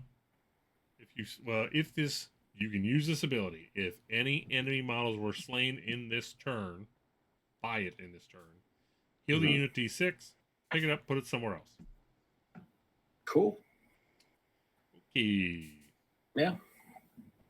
Moving along here. Severeth. Okay. Severeth is here. Yep. So we got 12-inch for the bow, 4 attacks, 2s, 3s, rend 3. Yep. D3 +1 shoot in combat, swirling shards, 6 attacks, 2s, 4s, rend 1, 1 damage. I mean, assuming this is kind of being the same point range, that alone is pretty good. It's a pretty nice shot. Yep. Yeah. Cannot be shot outside of 9 inches, which I think is what you guys probably should have been given, but it is what it is. So then once per turn, any combat phase, pick up to 3 different enemy units in combat with this unit, and they just take 2 up mortal wounds and subtract 1 from wound rolls. And then friendly units within 12 inches of him, they can shoot and or charge, even if they use a run or retreat previously. Okay. So, again, you're going to have to use them. You're going to be careful with them. Yes. Yeah. Like you do now. But, yeah, because his range is only 12 inches, but I'm not seeing a thing where, oh, I've been charged. I'm going to leave that charge now. So, much more careful with him now. Right. He's not going to screen. Him and 2 buddies are not going to screen off the table and upset you all day. Right. Then we got Stone Guard. 2 health, 4 up save, 2 attacks, 3s, rend 1, 2 damage. And if you are controlling an objective, you get a 5 up ward. Yeah, if you're contesting an objective you control, which this comes down to points. It does. It does. I think I could have seen, especially since it's like the defensive arm of the army, I could have seen the 3-up armor here. Oh yeah, it's either 3-up armor or 2 control. Or 2 control as well. Yep. But 2 damage. Because the unit's like 5 dudes, yeah. Right. 2 damage is nice. Should have an ability on those hammers of some sort. Okay, and then of course, since they were the first unit to have a 3-inch reach, we had to have a 3-inch spear to go with it. 1 health, 4 up save. Yep. Pikes and blades, 2 attacks, 3s, 4s, no rend, 1 damage, crit mortal, anti-charge +1. Cool. If the unit did not charge this turn and is in combat with an enemy unit, roll a die, add 1 if it's a cavalry on a 4+. The unit has strike first for the rest of the turn. Cool. This is a super interesting unit now. Yeah, they have a job now. They're not just good at everything all the time. Yeah, because so you still have your crits, you still have your 3-up, 4-up. You don't have rend, so you're really relying on that crit at this point. Right, but you are the defensive unit that wants to get charged, because then you get to add rend, and there's a good chance, a 50-50 shot normally, that you just get first strike. Is it cavalry that charged you on turn 1 and you didn't want to be? Yeah, it's fine.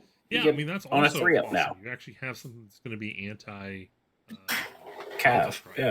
Yeah, anti-Ava strike, anti-cav, some way, shape, or form. It's great. Yeah. So overall, like the army still looks really good, and it seems like every iteration they're a little less annoying. Yes, they're getting to the point where we can all be happy. Right. Because again, like I said, armies are going to be oppressive. It's just part of the game. Mm-hmm. And so, and that's how some armies are supposed to feel. And right. The big thing is, so long as they only feel oppressive in one axis of the game. Right. If it's in multiple, it's right. Absolutely. It's a problem. But if you have one thing you're good at, we're all right with it. Right. Because again, I'm sure Teclis is still going to be the master of magic. Yes, he should be. But overall, I love to see where this army's going. All right, Slaanesh, the womp of the faction focuses. They're still paying for sins. Is what happened. Honestly, see, here's the thing. If you remember, whenever everything was coming out, Slaanesh did not come out for the longest time. To the point where people were like, well, they've given up on the army because they enslaved Slaanesh and they're trying to get away from all the boobies. Right. And then they're like, we're not trying to get away from boobies. Here's the army without really any boobies anywhere. Well, they had like 1 or 2 with some boobies somewhere. But what's interesting is I feel like they were close. Right. The thing is that they were the first time they were just ticked up slightly too far. Well, I mean, if you could have gotten rid of the locust thing, I don't even think it was the locust thing. Honestly, I think it was all the summoning. Well, yeah. I mean, it was the fact that by the end, I had to fight an extra 1,000 points by the end. Right. See, while also being told to strike last everywhere. If you're going that route, well, first off, I also think the locust, the strike last thing should have been 1 unit once per turn. Sure. And I also think, if you would have had Demonettes of Slaanesh without a save. Yeah. No save, no ward. And they just have 2 attacks. Boatload of attacks. And the true glass hammer. Yep. Let them pile in. You swash them away. You bring them back. It's fine because they have no save and you can just pile through them. Yeah. Yeah. With the... I know our captain, our leader, loved his little dice game. Yeah. But it was the dumbest thing I've ever seen. Yeah. It was terrible. It was like, so again, like, so whenever I played against them, I was playing my KO army. Mm-hmm. Anytime any of my heroes farted, here, want a dice? No, I'll take a D3 against my 5 wound guy. Right. Yep. Yep. And so I didn't think I don't know. See, here's the thing. Mm-hmm.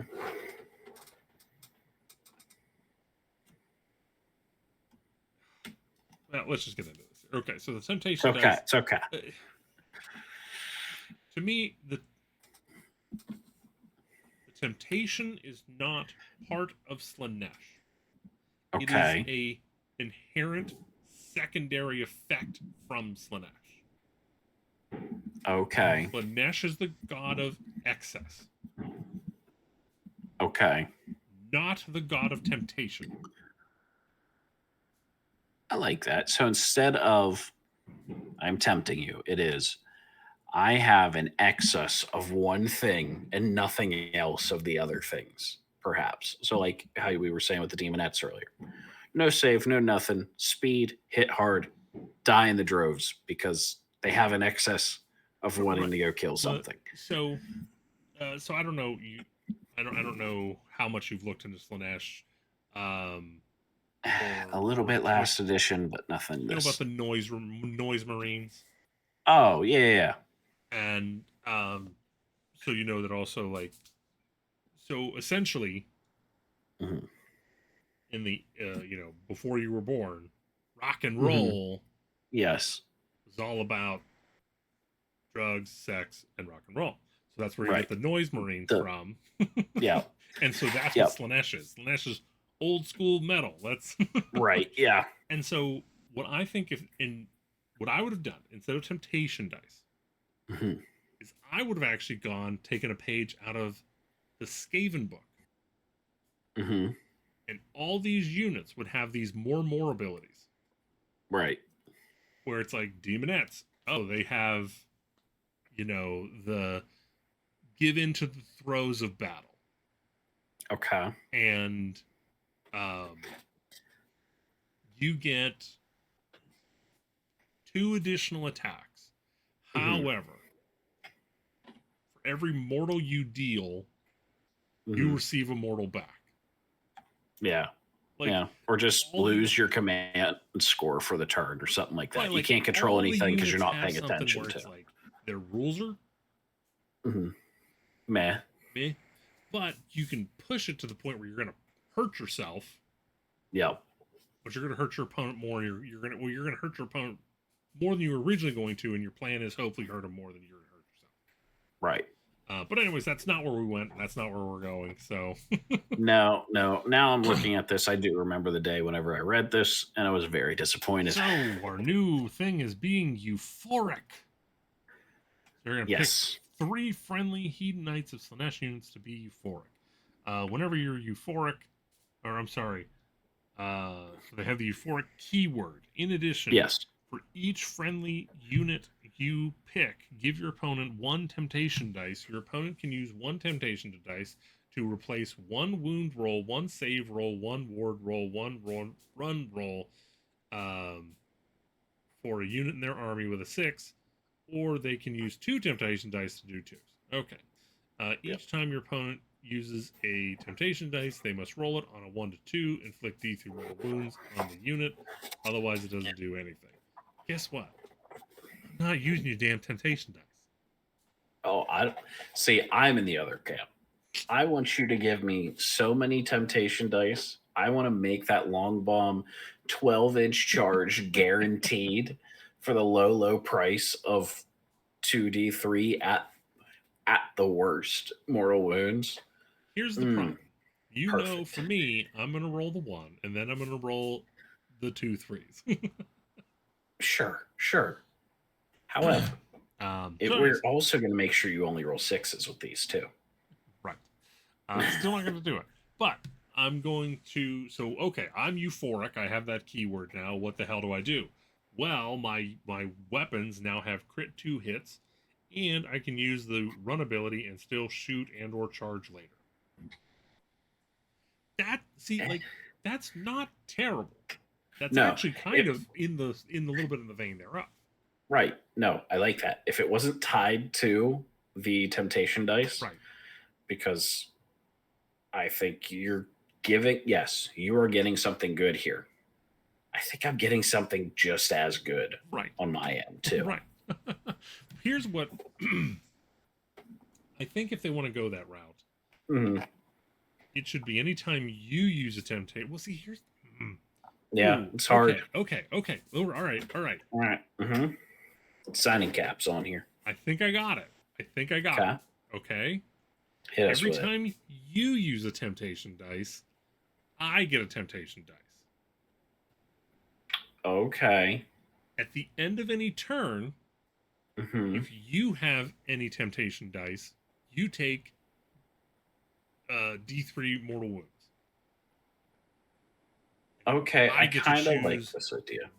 Where they go takes it. Yeah. I kind of like where we're going here, where it's a pool of temptation you hand the opponent, and as they use it, you get it to spend on your turn. That's not bad. That has a little more play. Until your opponent just doesn't use it at all and just crushes you because you needed them to. Well, again, all you're getting is 6s that you don't need. So right. That's the thing. Now your opponent gets the ability of, I can either use my temptation dice and get my 6 and potentially take D3 mortal wounds, or I don't use it and I take D3 mortal wounds at the end of the turn.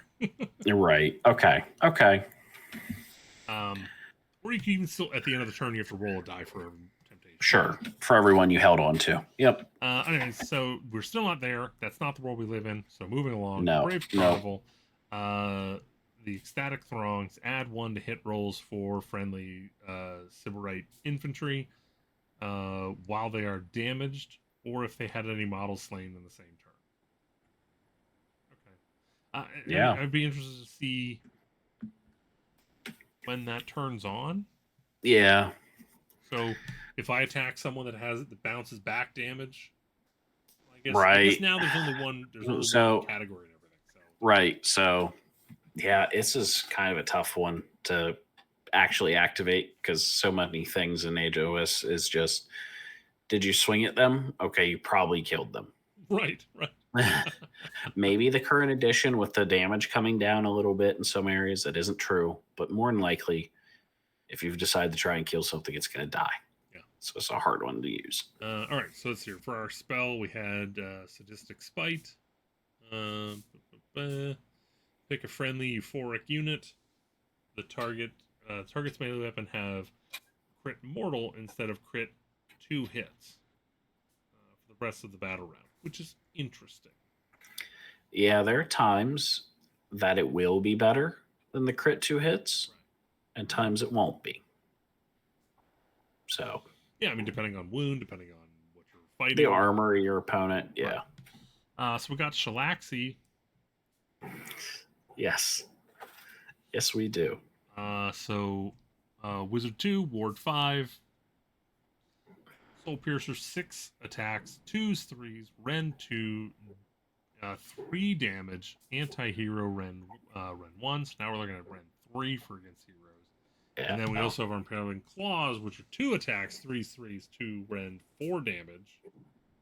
Very nice. Can't really complain about that one. Subtract 1 for hit rolls in combat that attack this. Gotta love that. Sweet. Build in survivability. A spell with a 4 up. 4 up. Sure. We're giving it to you. I want to hand this to you for free. Dice to hit the table. That's all I am. Add 1 to wound rolls for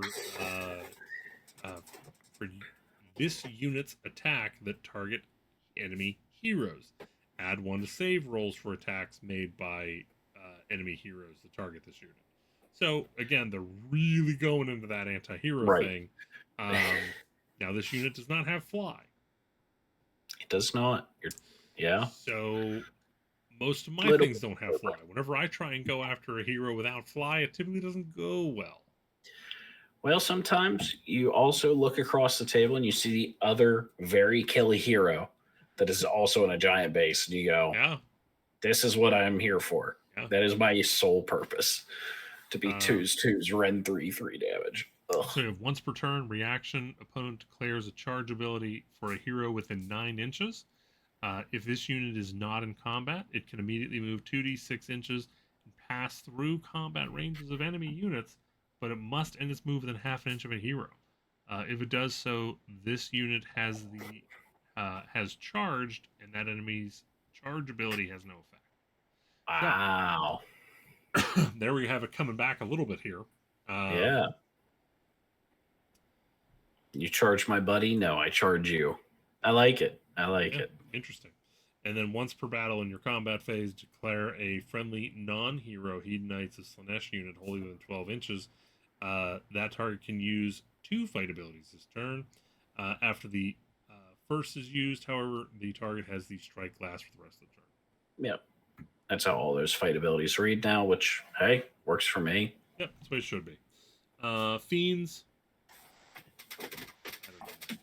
Yeah, I mean, they are fiends. 4 attacks, force 3s, 1 rend, D3, anti-monster, and companion. So don't even fucking think about giving him all-out attack. No, not happening. Pick an enemy unit in combat on a 4-up and has strike last. Subtract 1 from casting wizard, your casting rolls, and unbinding rolls for enemy wizards within 12.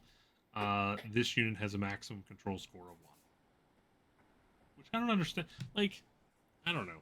Seems weird. I think it should be like all units within 3 inches should have control score of 1 or something. Well, it's just saying this unit in particular. Right. Yes. So it's not picking an enemy unit. It's just this thing. If it was, though. Yeah. Yeah. No, it's... I don't know. It's just bad. It kind of depends, because I'm assuming there's still going to be a unit of 3. So probably going to cost too much. Well, I mean, because what you want is a small, cheap unit. 1 for like 60. I could see it. Oh, well, I'll throw that in to try and go after wizards and shut down, give it a strike last. Yeah. Because here's the thing: is like that's also, it doesn't specify what the target has to be, so there could be Archeon you're giving it a strike last. Yes, 100%. Because of its musk. You can smell the musk.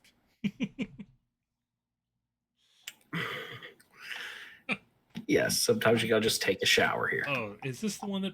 Oh, yeah, this is the one that I don't mind it, but it bothers me so much. Okay. I hate when GW does this. They do it all the time. They did it with Stormcast. Anyways.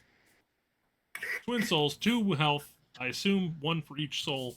4-up save. Merciless weapons, 4 attacks, 3s, 4s, red 1, 1 damage. Ego-driven excess. If this unit did not charge this turn, subtract 1 from the attack characteristic of melee weapons used by enemy units that are in combat with this unit. If this unit did not charge this turn, it has a 5-up ward while it is in combat. This is the dual-wielding, slashy, killy unit. They have a unit with shields and armor, and like, why make this the defendy unit? Oh no, this is obviously very defendy, even though they have no shields, are all just coming in here with blades, hacking and slashing, and actually just dodging. That's it. They're just dodging everything. That's great, but I don't want the shield guy. I don't want something to be more defensive than this in a Slaanesh army. Right. Yeah. And that's amazing for, like, hell, I'm pretty sure I've come up with dwarf war scrolls like that. Probably. Fucking hell, man. And then, of course, the Thane of Slaanesh, the stupid... Is this a terrain feature? Yeah, it's a terrain feature. Yeah. Okay. Yep, it's a terrain feature. 10 wounds. What do you get? +1. Allocate D3 damage points to the target. Yep. So the target is a Slaanesh unit wholly within 12 inches of this thing. Just pick one damn unit on the table. Yeah, that's... Yeah. Because you're doing D3 points damage to it. Like I said you should at the beginning of this article. Yeah. Add 1 to attack rolls. Add 1 to run and charge rolls, add 1 to casting and unbiting rolls. Those are all cool things. I like them. I don't like the way you did it. So, anyways, until they FAQ, until they fix the module of the temptation dice. There we go. Sorry, buds. All right, Cruel Boys. Yeah. 2.5 hours here. We've been doing 3-hour episodes here. Yep. Cruel Boys still suck. Moving on. So I will. So I at least want to kind of go over battle traits a little bit here. I first read this. I thought it was a super cool idea because my brain wanted to give GW the benefit of the doubt. Okay. What I thought, whenever I saw the dirty trick roll first, second, third, fourth, or subsequent, I don't know why I didn't think battle round. Right. I thought like tier of dirty trick. And so you were thinking that it's like how if good. If this dirty trick is gonna be amazing, you only get it on a 5-up. Right. No, it's the same dirty trick. Right. It's so stupid. It's just we're getting used to your dumb gets tricks. Worse as you fight. Yeah. Now, how cool would that have been? That if you could choose, if you had like a list of like, oh, this is a first level. Oh, right. You -1 to move. Up. Second one, sure. D3 mortal wounds or something. Like, yeah. Stupid. It's dumb. The whole thing's dumb. Dirty tricks are dumb. They missed the ball on that one. Swamp Shroud is okay. Okay. Missed. Well, he's kind of cool. Friendly Cruel Boy units are wholly within 3 inches of a terrain feature are not visible if they're warded 12 inches away from. Sure. That's kind of cool. That's kind of swampy. We had this ability before because then what you do is you use a big unit of crossbows. You shoot somebody until they get too close, and then you die. I remember reading the Merc Knob. 4 attacks, 4 up, 3 up, 1, 2, 1 run, 2 damage, crit mortal. Friendly Cruel Boys have a ward 6 while they're wholly within this unit. Only within 12. And then Breath of the Mire Drakes. Pick an enemy unit in combat with this unit, so it has to be in combat. Kind of rough. Roll a die for each target on a 1. This has no effect. On a 2 to 5, they take 1 mortal wound. On a 6, they take D3. Just take this guy and throw him in the trash. Gut Rippers. 2 attacks, 4s, 3s, no rend, 1 damage, crit mortal. Roll a die on a 3+. Subtract 1 from hit rolls made by non-hero. That's not terrible, simply because of their 2 health army. There we are. Yes. Better. Still not staying on the table with a 5-up with only a 6-up ward. So yeah. Okay, Gravelord.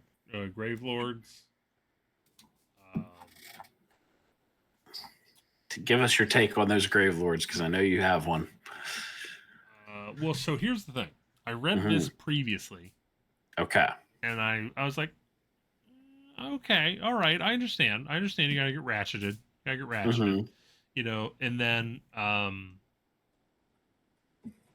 one of the things I found was, which we'll go over depending on how quickly we get through here. I found leaked war scrolls on Reddit, and one of them was the zombies. And the zombies are just utter trash. Yeah. And so here's kind of where we are. So zombies are now trash, so you can no longer use them. And so now you have your Blood Knights. Those are so you basically have, here's your options. Okay. Zombies, dogs, skeletons, Graveguard, bats, Blood Knights. Okay. So Blood Knights are okay, but they have a very specific role. Yes. Zombies, worthless. I mean, they're literally going to have to be 120 points. For 20 of them? 20 models, like, for me to even consider putting them onto the table. Okay. There's also Vargeist. Vargeist, crap. Get rid of them. So skeletons have a chance because they didn't do very well last edition. I don't know what they're going to do, but they could do something. I have a feeling they're kind of going a skeleton build. So if it's like your skeletons are your chaff, your graveguard are your what does elites. Your elites, and then you just fill in the gaps with heroes. Yeah, Blood Knights, couple of good heroes. Call it good. I don't want Fellbats to be any better than what they are. I want them to just be chaff. I want them to just be what they are. Right. And then dogs, they're in such a weird place. I don't know what you want to do with them. Yeah. Yeah. I don't know. I feel like that should be like this. I don't want to say a glass hammer, but just a unit meant to clear hordes. Just give them a bunch of attacks with no rend, 1 damage. Like, so for me, what I kind of want from dogs is I want a pain unit. That's hard because they aren't going to get the save that you need for that. Well, like I said, I mean, in this army, again, I know a lot of people complain about recursion, but like, okay, I need to be able to get up and take those objectives. I'm going to run those dogs up, charge into you, keep you where you are for a round. You're going to kill those dogs next turn or this turn. Next turn, I'll bring them back 5. I'll bring back 5 next time. They'll be right behind you. Charge back in. Okay. So I'm getting my shit done, even though I'm not doing a lot of damage to you. Right. And then, haha, now I have my zombies in place. Blah, blah, blah. And again, I'm not saying that zombies were okay the way they were. I understand they needed a change. Mm-hmm. But they're now 1 attack, 5s, 4s, no rend, 1 damage, no special abilities. Mm-hmm. And I forget what their other special is it like if you kill a dude, maybe add a zombie back or something like that? So whenever a model dies at the end of the fight ability, roll a die for every dead zombie, and on a 6, you deal mortal wound. Oh, okay. So, which means if I have a single reinforced unit of 40 zombies, and you kill all 40 zombies in one go, we're looking at maybe 7 wounds. Yeah, 7 or on the high side 8. Yeah. Yeah, it's pretty rough. It's pretty rough. I mean, again, like they literally just said, like, I get they're zombies, but So again, though, here's the thing: it's not like they are zombies just walking around Shaiish. Right, they have some direction to them. This is true. Raised, controlled zombies. Right, you were there for their first school picture. You took them all out, like you raised them. Okay, right. Yeah. Like I said, I mean, honestly, I think it should have just been 2 attacks, 5s, 4s, keep 4s, and then instead you just put a special thing in. If you roll a 6 up to wound, deal a more wound. Sure, yeah, make it on the to wound. That way, it's not as good. Right. Yeah. And then boom, or make it 5 up, 2 attacks, 5s, 5s, no rend, 1 damage, and then literally just have a thing in there. Any damage dealt by this unit is mortal damage. Oof. Okay. So now, but you're looking at 5s and 5s. Right. So right. A unit of 40, you're not going to get all 40 in, but let's just say 30. Yeah. You're looking at how many's going to get through, how many successful hits you can get out of a 5. Give me a second here. Grab my calculator. Come on, you need to. I know. You're here for the math. We're gonna get in about 13 hits. And then 5 then to wound. About 4.5, maybe 5. And then, hell, even if you want to put a thing in there saying brainless legions, this unit cannot receive. Or there you go. Just give them companion. Yep. Give them companion. Done. Now you're looking at like that could swing, but you're probably doing 4 mortals. Right. Yeah. So like I said, we'll see how everything comes together. I'm probably just going to put this army away because I'm not going to paint more. I mean, I think you would be crazy to paint more zombies or skeletons, like another horde, to get ready for this army. I mean, We will see how this goes. I don't have an enemy. Like I said, I wanted this army as like a fun little, like, I feel like being the bad guy today. Yep. Not here right now. But I'm not going to paint. I hear you. 80 more skeletons. Yep. So, anyways, who knows? It's probably going to be good. Yep. So we got Seraphon. So Seraphon's very interesting this time around. Go for it. Since summoning is dead. Summoning is dead. Which I think is a good thing, because now you have your Slann that are, well, we'll get to it. So first you got to pick your asterism. Boy. Where they come up with these words? I feel like there's a better word we could use there, but you know. I would have preferred Dino Power, but next time, Dino Power.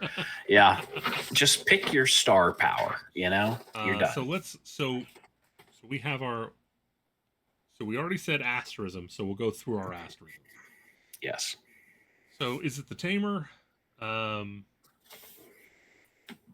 Companion weapons used by friendly Seraphon units have crit 2 hits.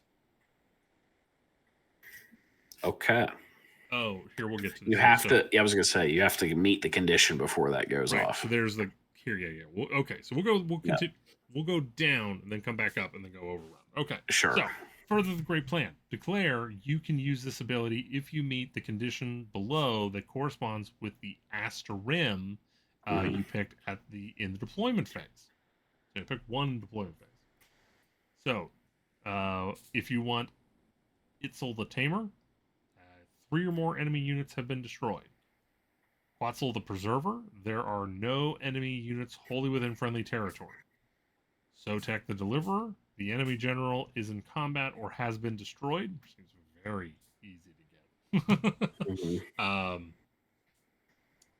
Tepak the Seer, there are any friendly Slann units on the battlefield and no friendly Slann units in combat or have been destroyed. You should get that turn 1.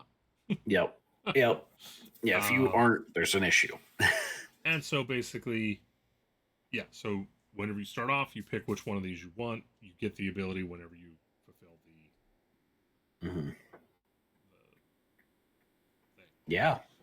So for Quetzal the Preserver, subtract 1 from Rend, characteristic of melee weapons for attacks that target friendly Seraphon units that are wholly within friendly territory.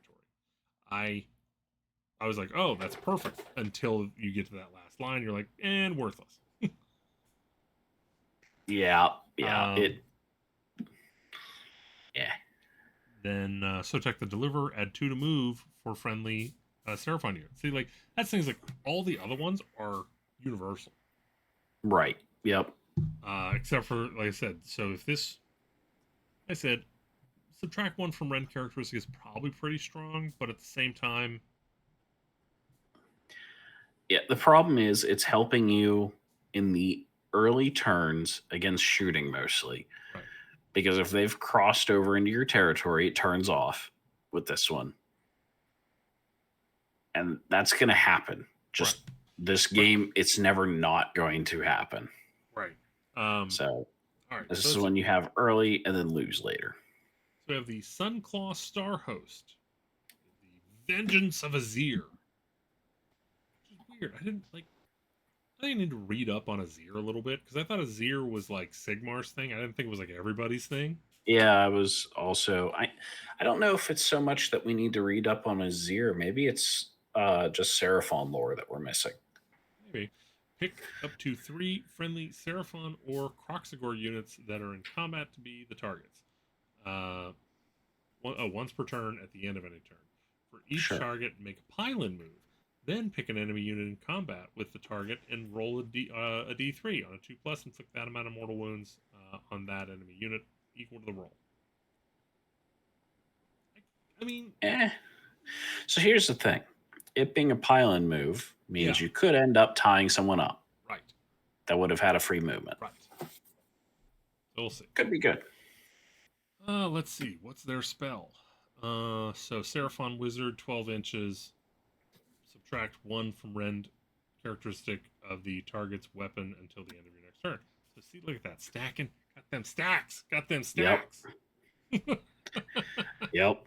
Useless against rats and stuff. All right, Slon Starmaster. I really like the Slon Starmaster. So, health 9, save 5, only puts around at 5 inches. Azure Lightning.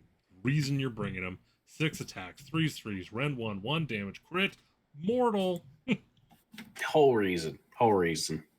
Nothing else on this war scroll that would make you think Fly, that you should take him. Ward. Bring 6. That's he does have that Wizard 3 thing going on too. Maybe that's important. Oh, the poor Lords of Change. Okay. Poor Lords of Change. So, Master of Order. Add 1 to casting rolls for this unit. In addition, this unit can use an Unbind ability if an enemy wizard anywhere on the battlefield uses a spell ability instead of hold within 30. Oh, cool. I love it so much. So you can go hide back in the back corner there. This is also what the Rune Lord should have, by the way. Probably. Not going to start. Okay. So then their spell. 6 up. Make casting roll. For the rest of the turn, add 1 to casting rolls made for other friendly Seraphon wizards while they are wholly within 12 inches of this spell. Now it does save other friendly Seraphon. Yes. So. Yep. Not buffing himself. Right. But it does say for the rest of the turn. So you do this one first. Yep. Get out the way. Yep. Make a friendly skink wizard to be within 18 inches of this unit to be the target. Measure range and visibility from the next spell ability used by this unit from the target instead of from this unit once per turn, any hero phase, as opposed to before where it's all the time. But yeah, we'll see what Banner Boy does. Astrolith Bearer. Okay. Once per turn, in your hero phase, declare a friendly Seraphon unit at that start of the battle with 3 or more models and has been destroyed to be the target. On a 4-up, set up replacement units with half the number, rounding up, 12, within 12, away from 9. Love it. Cool. Need your on whole summoning thing? Gone. But you got this. Yep. Awesome. Makes everything so much better. Now, it does mean you are going to need more than 1 slot. It does almost feel like it, but oh well. Probably can't afford 2 slots. Yeah.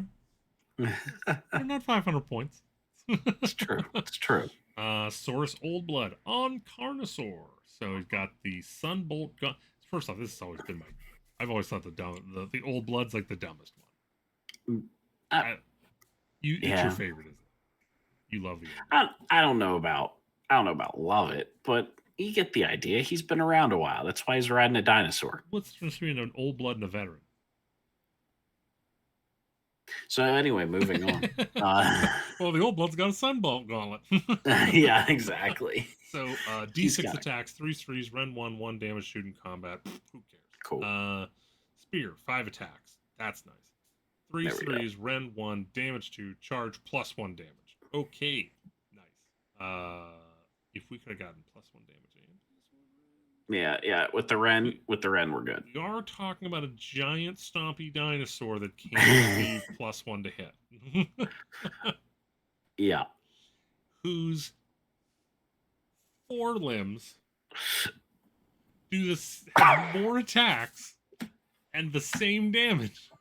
No. To be fair, if you look at the model, its 4 limbs are much better than what you're thinking of for a T-Rex. Okay. Nope. As simulated on this podcast. As simulated. Then the massive jaws. Anyways, Terror subtracts control score. Spearhead of the charge. If this unit charged this turn, add 1 to the charge rolls for friendly Saurus units that are wholly within 18. That's pretty cool. Blood Frenzy. If this unit is in combat with any damaged enemy monsters, roll a die. On a 3, this unit gets strike first. Seems kind of weird. I guess. It's something. This had better not be a lot of points. I don't think it ever was many before. Always been too many points. Well, yes, it's always not been taken. I was really hoping to see the Carnosaur really shine here because they were so close last edition. Yeah, is what it is. I wonder if there's going to be. Well, I'm sure it's already out somewhere, but that would be cool if if one of the things was like you can give command abilities to companions instead of the unit.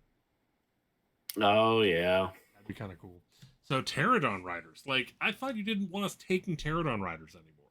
Like I really felt like you were telling me don't take those, but now you're like, hey, let's show off these 25-year-old models.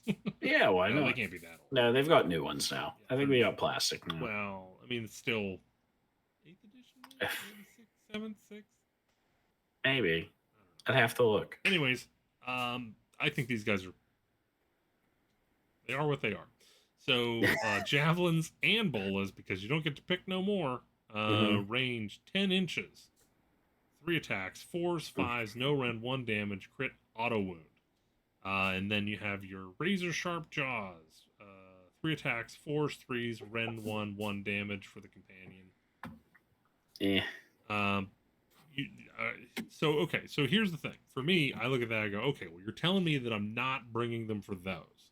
So it's clearly going to be one of the abilities on this war scroll.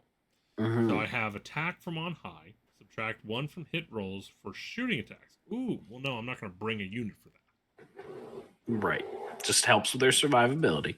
Dude's a fucking 5 up. He's not staying around. All right. Yeah. Yeah. All right. So must be deadly cargo. Pick an enemy unit that this unit has passed across this phase to be the target. So at least finally, a run that you can go off on a run. We might see. Hold on. We'll see what this says down here. Effect. Roll a dice for each model in this unit. Add 2 to each roll if this unit is within the combat ranges of any friendly Pterodon Chief units. For each 5+, inflict 1 mortal damage on the target. If any damage points are allocated by this ability that does not have fly, the target cannot run. Right.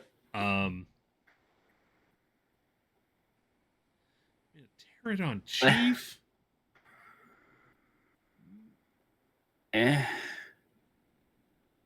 Why is a Pterodon Chief within combat range? Pterodon Chief probably ain't going to stand up. No. The first time, it's funny. The first time I read it, I thought it was bad, and I read Stegodon Chief. Now that I'm reading again, I'm reading Pterodon Chief. I'm like, it's even worse. Right. Yeah, it gets worse. It gets worse whenever it's also something that's going to die quickly. I mean, it's nice to be able to do a number of mortal wounds equal to the number of targets in a unit on a 3 up. Now we're talking. Yeah. Stop it. No, and I'm not even going to read Engine of the God. Don't read it on your own. Right. Time. So I'm super excited for some of the things I've seen. Other things I'm like, I love those Croxagors. But in as someone that's been going on about, we need to reduce what we spend at GW and blah blah blah, banging that drum. I did pass along my battalion box to Ben. Did you? So I no longer have any Seraphon at all. Wow. I will not start Seraphon, even if it's the best army in the game. Okay. The only other thing I will buy at this point will be Chaos Dwarves. Okay. Understood. You heard it here first, ladies and gentlemen. Matt is not buying any more models from GW ever again. Until next summer. Yeah.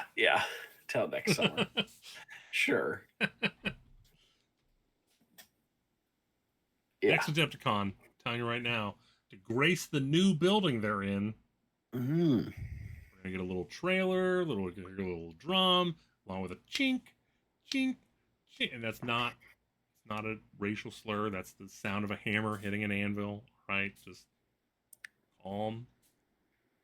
I think they should just send a train whistle off, and everyone will know from that.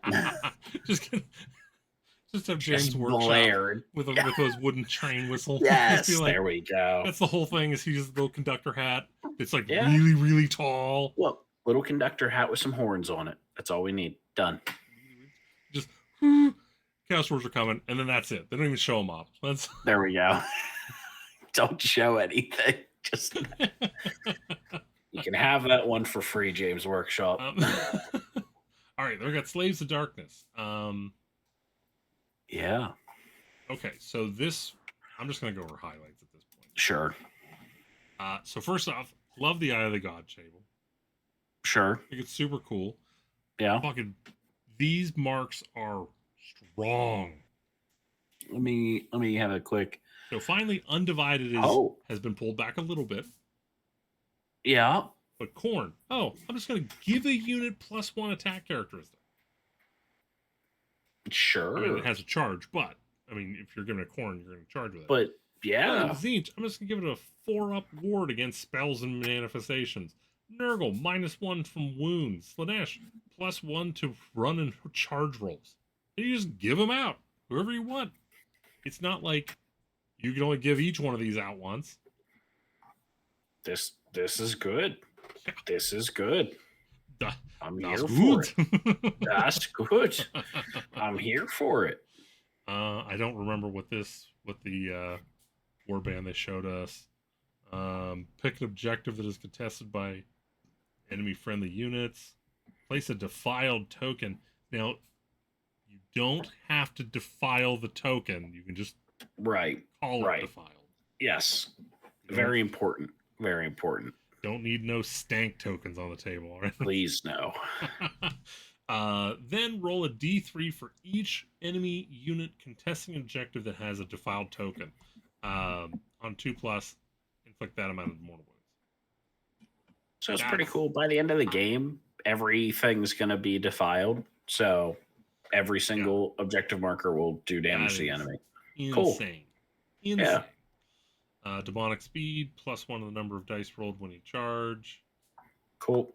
Be'lakor, still a monster, a little bit better than it was, because the enfeeble. Well, I guess it's basically the same. This is auto wound now. It's true. So, enfeeble. This is the one that we all remember. Or is it?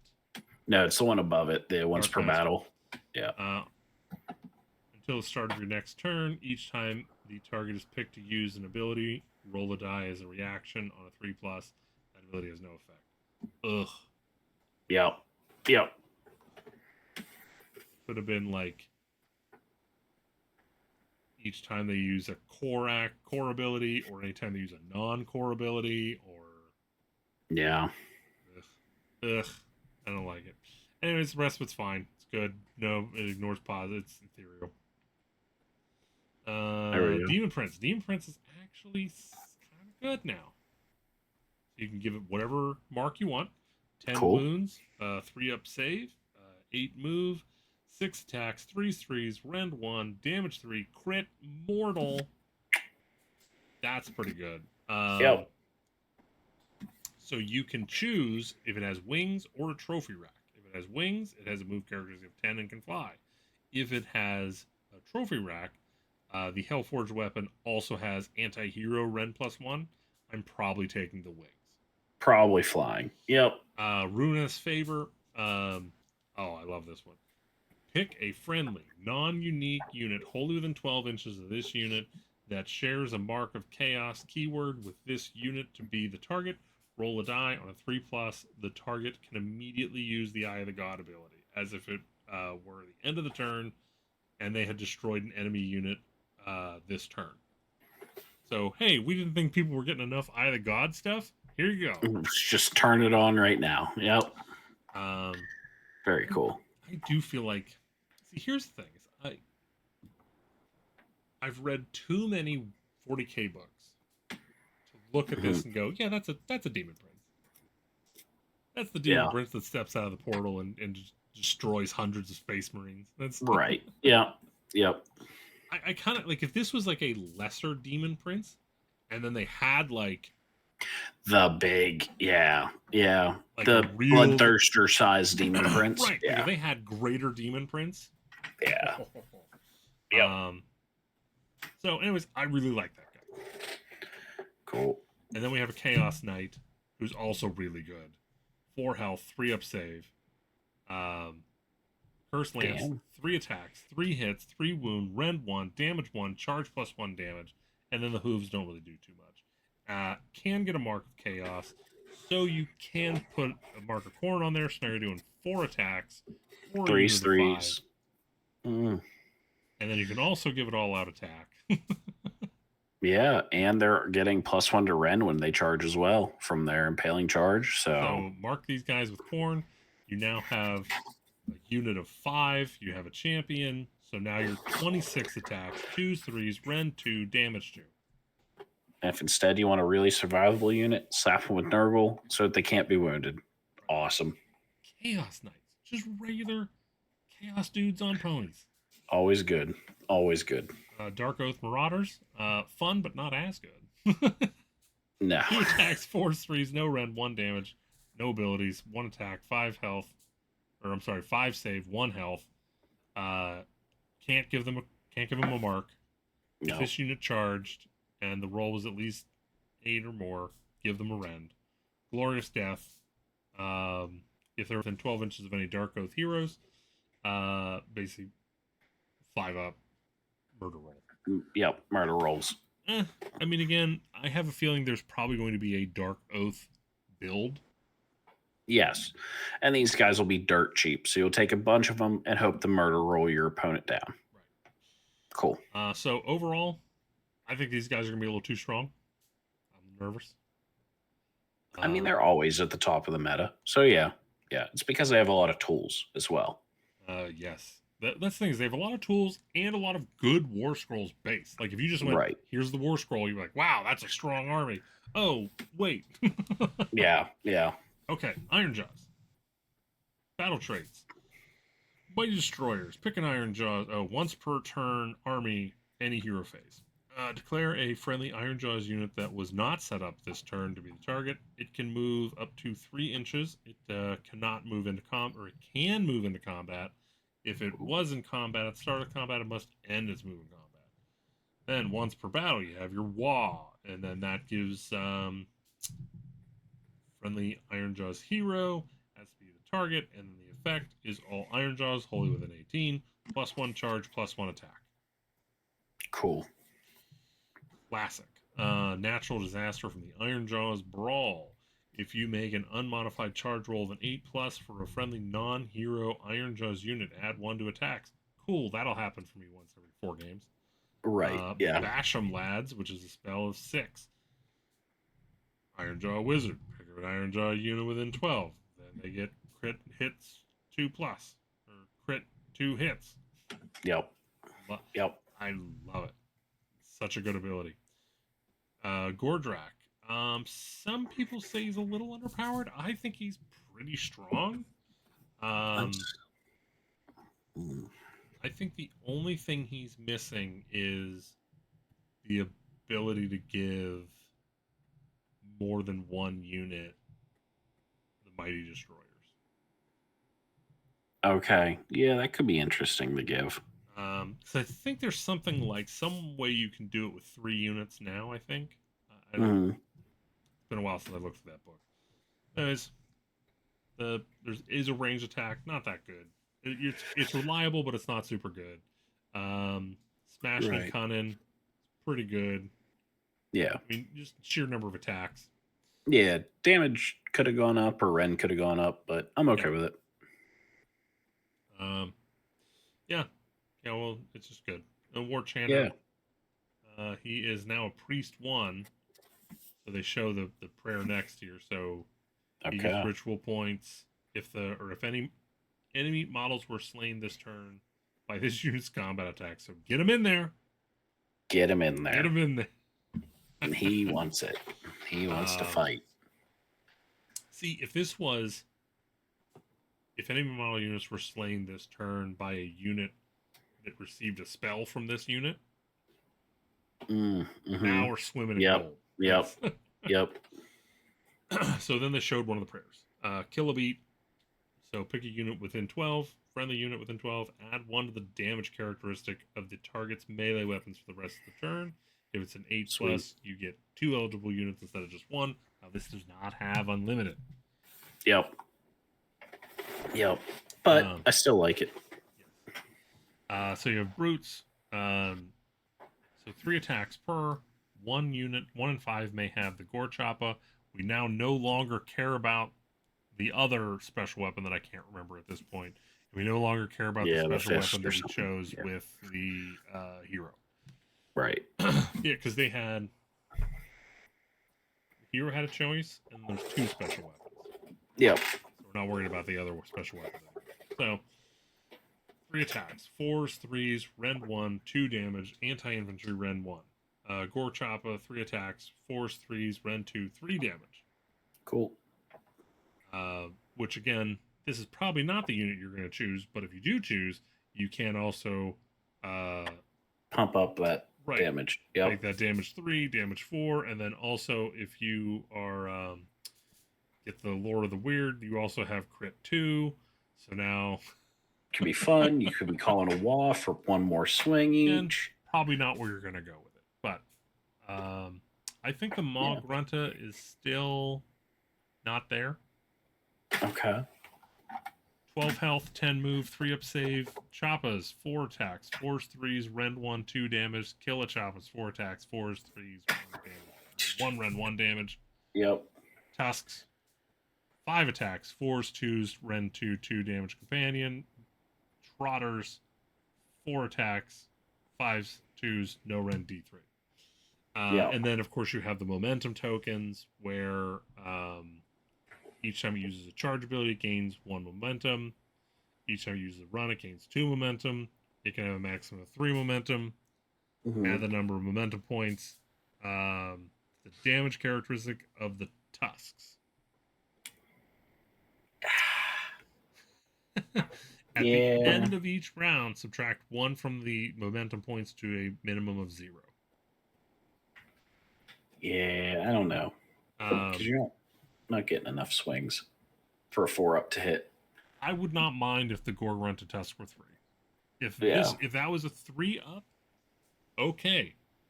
We have put the logs in. We have put the starter on there. We're one spark away.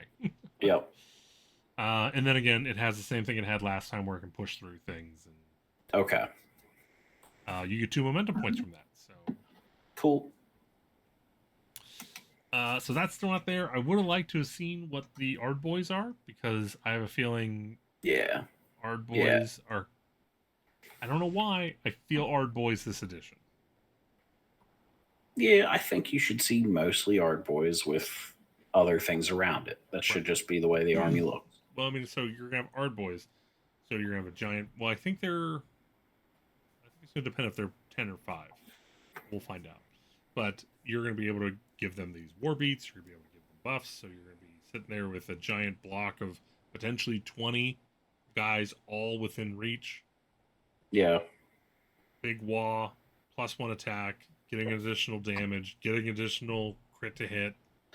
Yeah, you're going to build up a heck of a force, heck of a hit to somebody. Yeah. All right, moving along to Sylvaneth. Sylvaneth. Battle traits. Endless growth. Pick any number of friendly Sylvaneth units wholly within 6 inches of a friendly Awakened Wildwood to be the target. Heal D3 to each target. Cool. My biggest problem is, like, the vast majority of the army... Well, not the vast majority. Half the army... Well, not even anymore, I guess. So, your little foot guys are 2 wounds. Right. It's gonna be, I mean, you 50-50 shot that you're actually going to have a guy to heal. True. I kind of wish this allowed you to put back Dryad and Revenants. Yeah, that could be good. Yep. If no wounds, put 1 guy back. Sure. Move on. Strike and fade, you can do it once, same as what it used to be. But Yep. however, this is at the end of any turn, so you have to take your lumps. You can't just hit and go anymore. So it's no longer strike and fade. It's strike, get struck, then fade. Right. And then Awaken Wildwoods teleport. The healing song, your healing now is 3, and for monsters can heal 3 instead of D3. That's pretty good. Yep. Tree song, set up a tree song or heal. Yeah, it does say if there are fewer than 3 friendly Awakened Wildwoods, meaning we now have a cap of 3 Wildwoods. I don't like it at all. Yeah, a lot of people don't.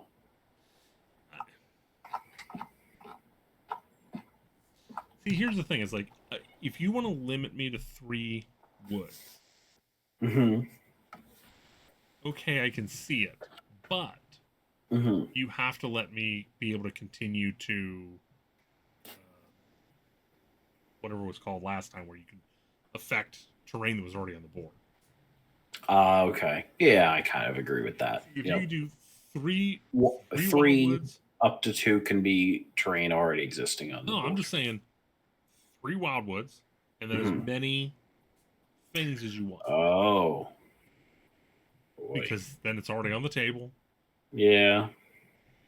And again, it is basically what it used to be, because most of the time that's Valerial still sucks ass. I was going to say, do we have to read the war scroll to tell you that you aren't going to use her? Because even though we're going to read all this, this is really kind of cool. She costs 2 money points. She's going to be 780 points to do 12 damage in the Yeah. turn. Urthu's not bad. 4 attacks. 3. I like how his guardian sword that she gave him does more damage than what she could possibly do. Well, yeah. Just keep the sword. Give him the beetle. There we go. You know how he's going to do this? He's going to hit people with the beetle. He's better at it. Yeah. Add 1 to hit rolls if you're within 3 inches of Awakened Wildwood. Okay. Cool. Well, his winter attack characteristic. So so helps him defend himself. Urthu's still good. Water's still wet. Glad to hear it. More at 11. Spite Revenants. I actually think they gave Spite Revenants a little bit of gas this edition. So attacks are fine. There's 3 attacks. Crit doing Immortal. But my thing is, pick an infantry unit in combat with this unit. On a 3-up, they cannot use commands for the rest of the turn. So you just take these little five guys that are probably like 100, somewhere between 80 and 100 points. Pop them up, charge them in. Okay, I can't use.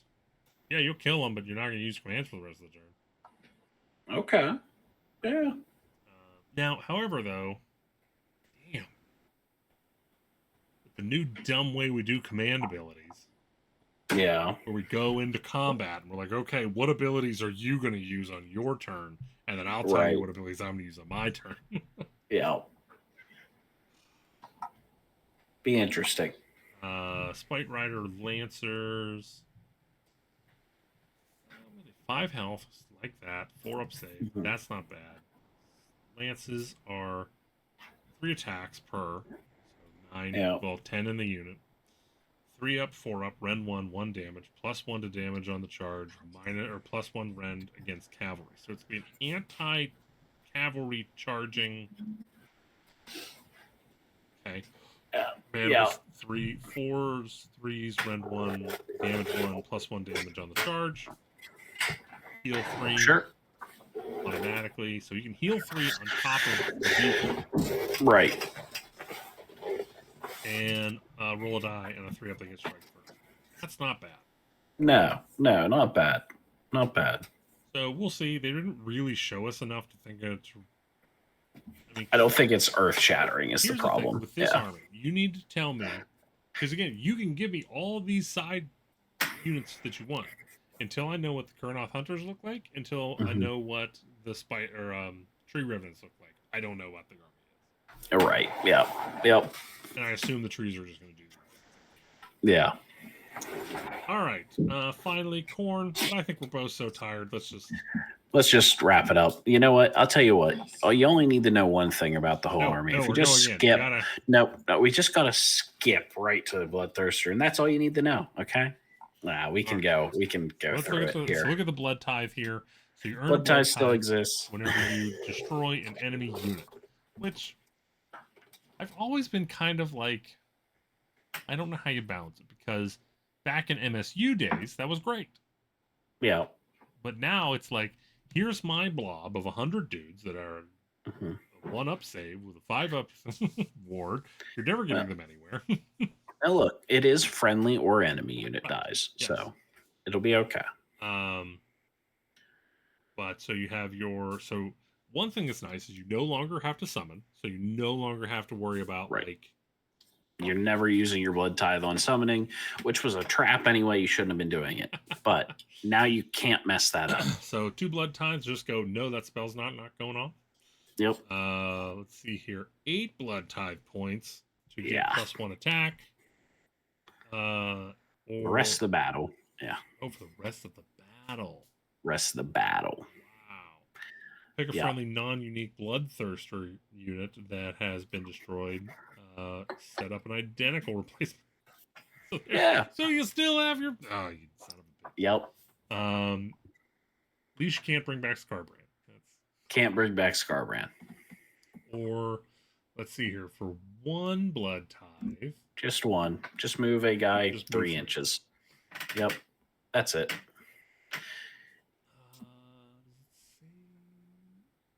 You're spending 4 here. Well, I was saying, like, can you do Murder Lust all you want, or is there something saying you can only do it once? It just says any movement phase. I don't see anything else saying only once per turn. Yeah, it doesn't say unlimited, so I'm assuming that you can only use any one of these once per turn. Meteor, 4 blood tithes. Roll 8 dice for each 3, inflict 1 mortal wound to the target, which I assume is just anywhere on the table? Yeah, just anywhere. Yep. So has to be visible to a friendly Blades of Khorne hero that's casting this. Okay.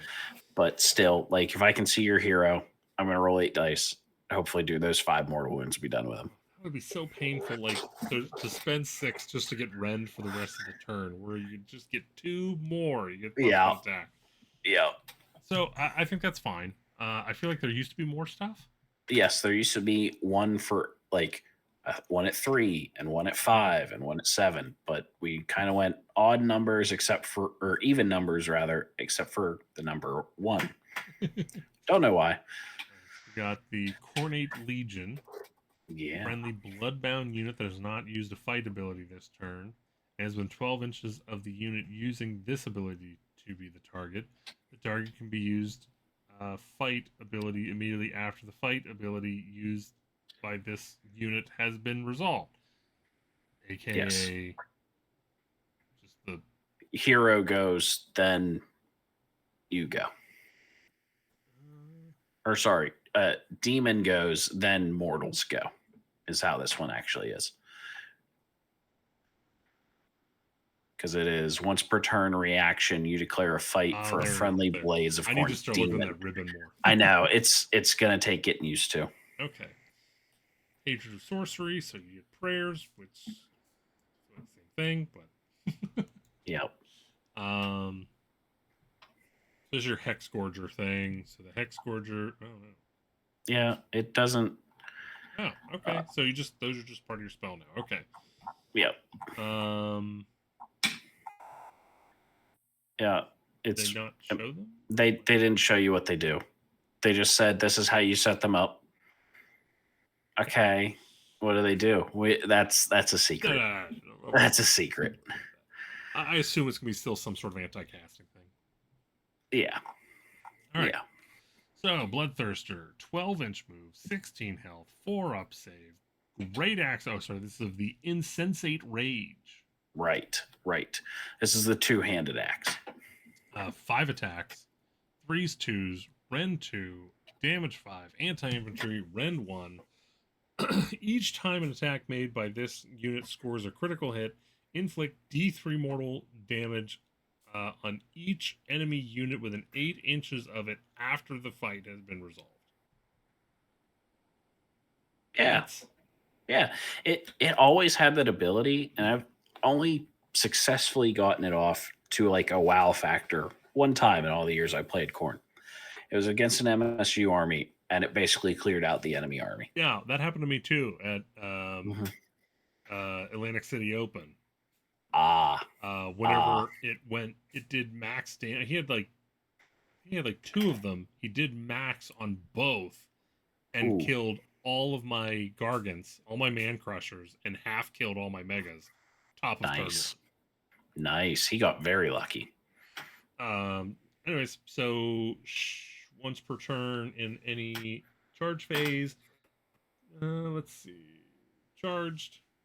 1 inch of target. Roll 3 on a 2+. Inflict that amount of mortal damage. If the target is infantry, inflict 3 mortal dead. Really get rid of all the infantry here. That is just. Excited. And we have a 5-up ward now.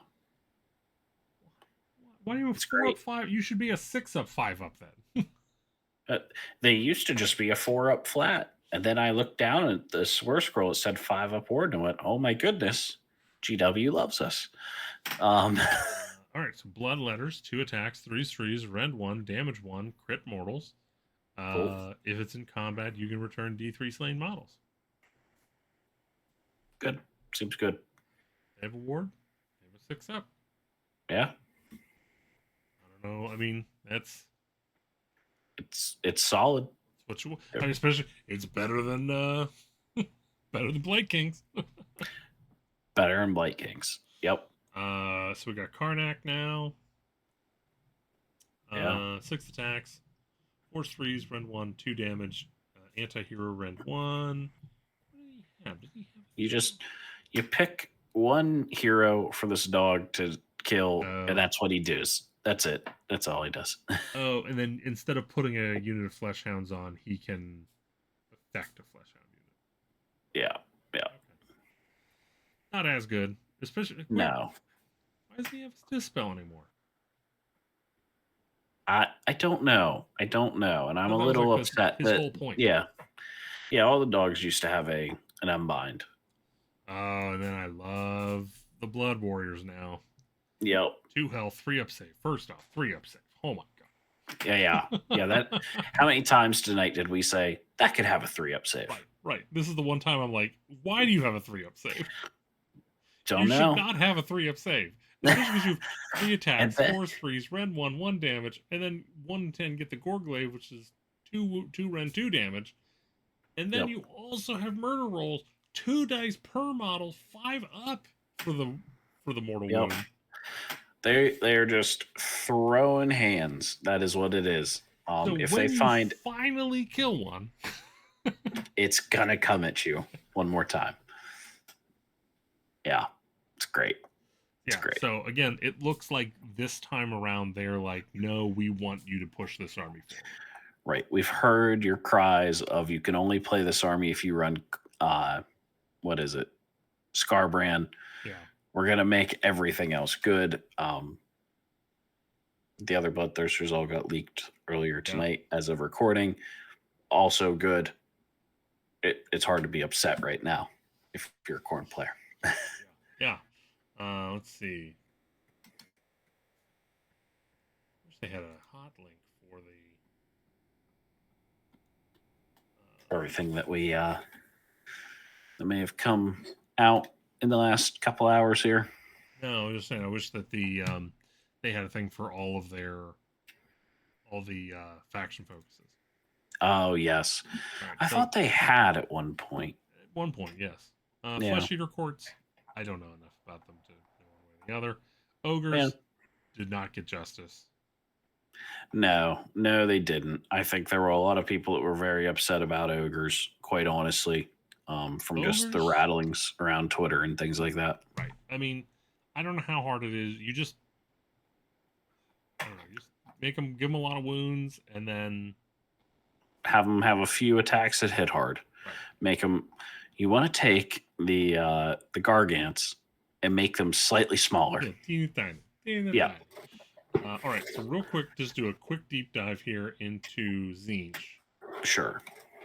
So Destiny dice are still there. Yep. Some people seem really surprised. I don't know why you would be surprised. We It's got their a thing. whole new mechanic. Okay. Weird flame spell abilities. Okay. So anytime you do weird flame, the target gets the burning keyword.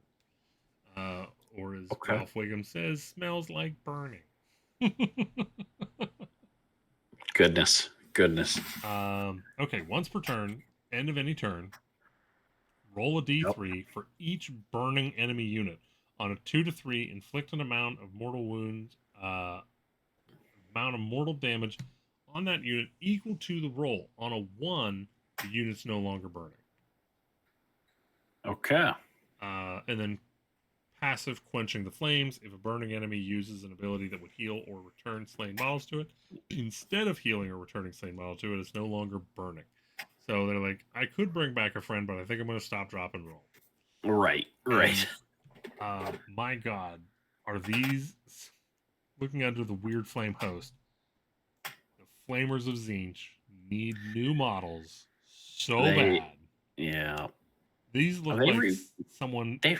No, these are not. I refuse to. Even if you give me proof that these came out in like the last 4 years, no. They did not come out in the last 4 years. They've come out since I've been in the hobby because I had some flamers that were pewter, and then they came out with these plastics. These look like someone green stuffed some stuff because they didn't have the money to go out and buy flamers. Yeah, it's not the prettiest model. So these guys have subtract 1 from wound rolls for attacks made by burning enemies. Holy hell. Yeah. More of change. Yeah, it's pretty big. Transform into a spawn.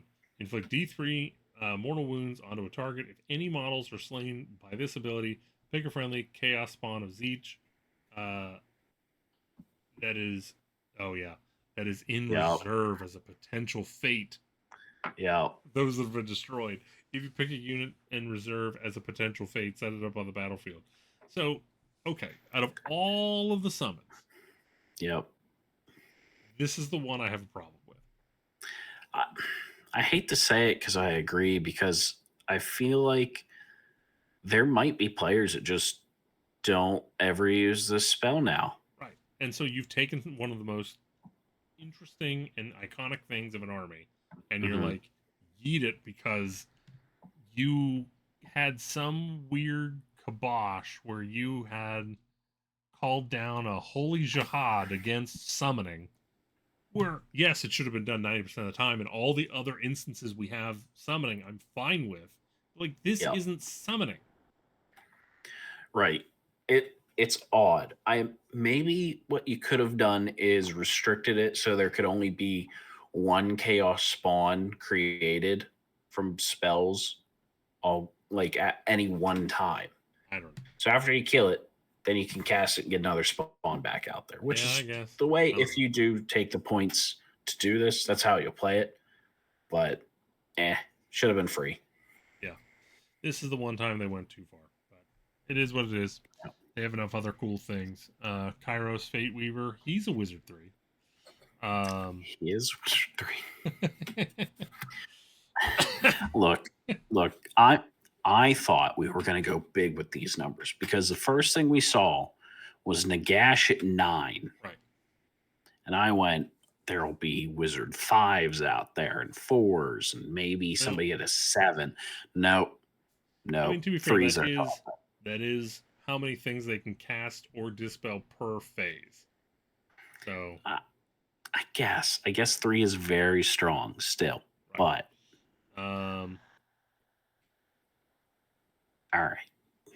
So let's see. Once per battle, as a reaction, you declared a tactical gambit ability. Pick one of the following effects. Read the past. You can pick one battle tactic you have already attempted.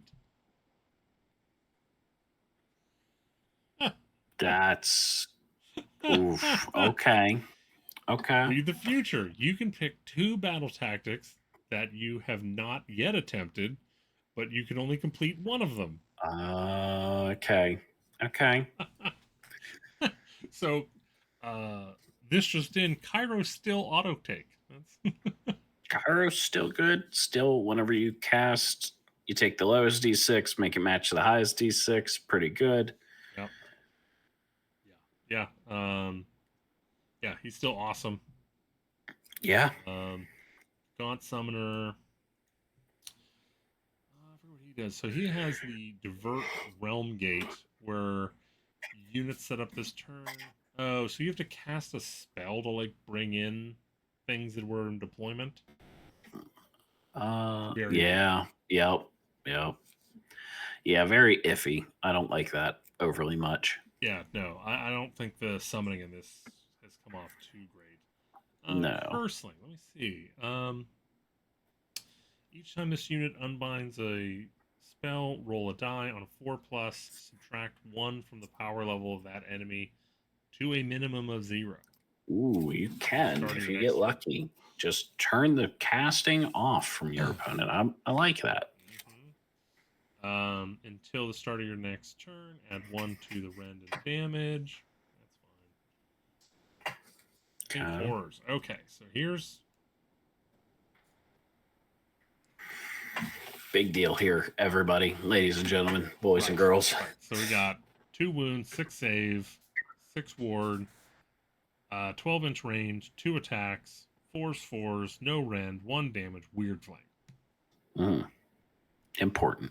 Very important. Each time, so you have Lunatic Demise. Each time a model in this unit is slain, before removing the model from play, pick one of the following effects. Split. Pick a friendly blue horrors and brimstone unit within 12 inches and return up to 2 blue horror models to that unit. Now, note it says return. Right. So you have to have lost.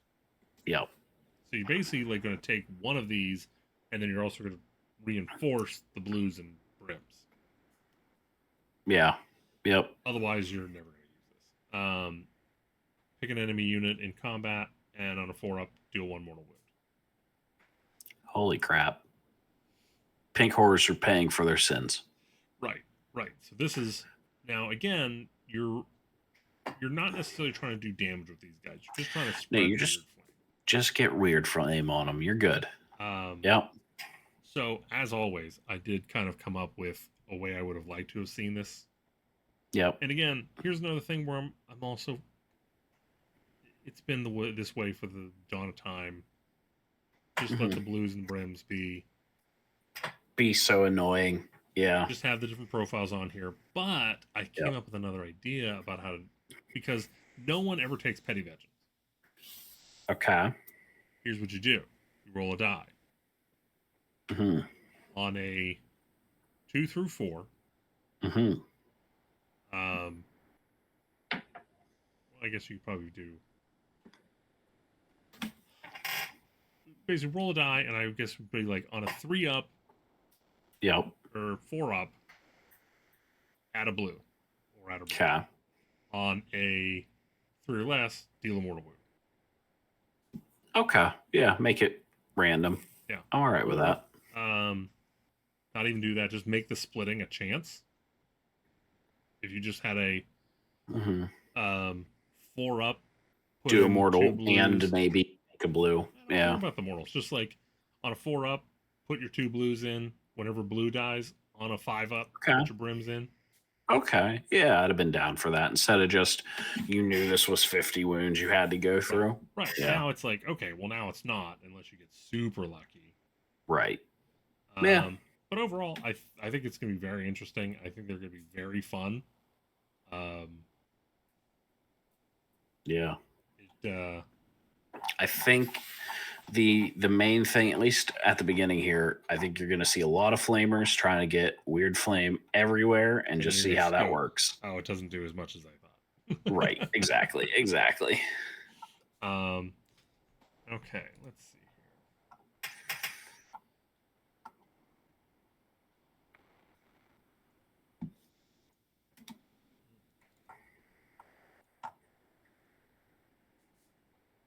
What else are we going to hit up tonight? Okay. Last thing here. Let me see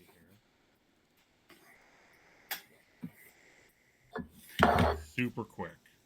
Real fast.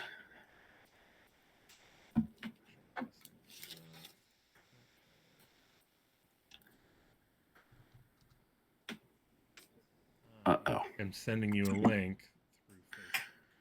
Uh-oh. I am scared, ladies and gentlemen, because I don't know. Oh, okay. Okay, I do know what this is. It's okay. It's okay.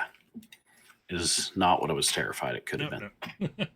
So this is just the Imgur thing with the leaked War Scrolls, which, again, like, if you've already given them out, and you've already, like... Right. They're already out there. Yep. Yep. Anyways, so here's Lord Change, just to go prove that Wizard is a Wizard 2. Yep, he is. Okay, so then we got...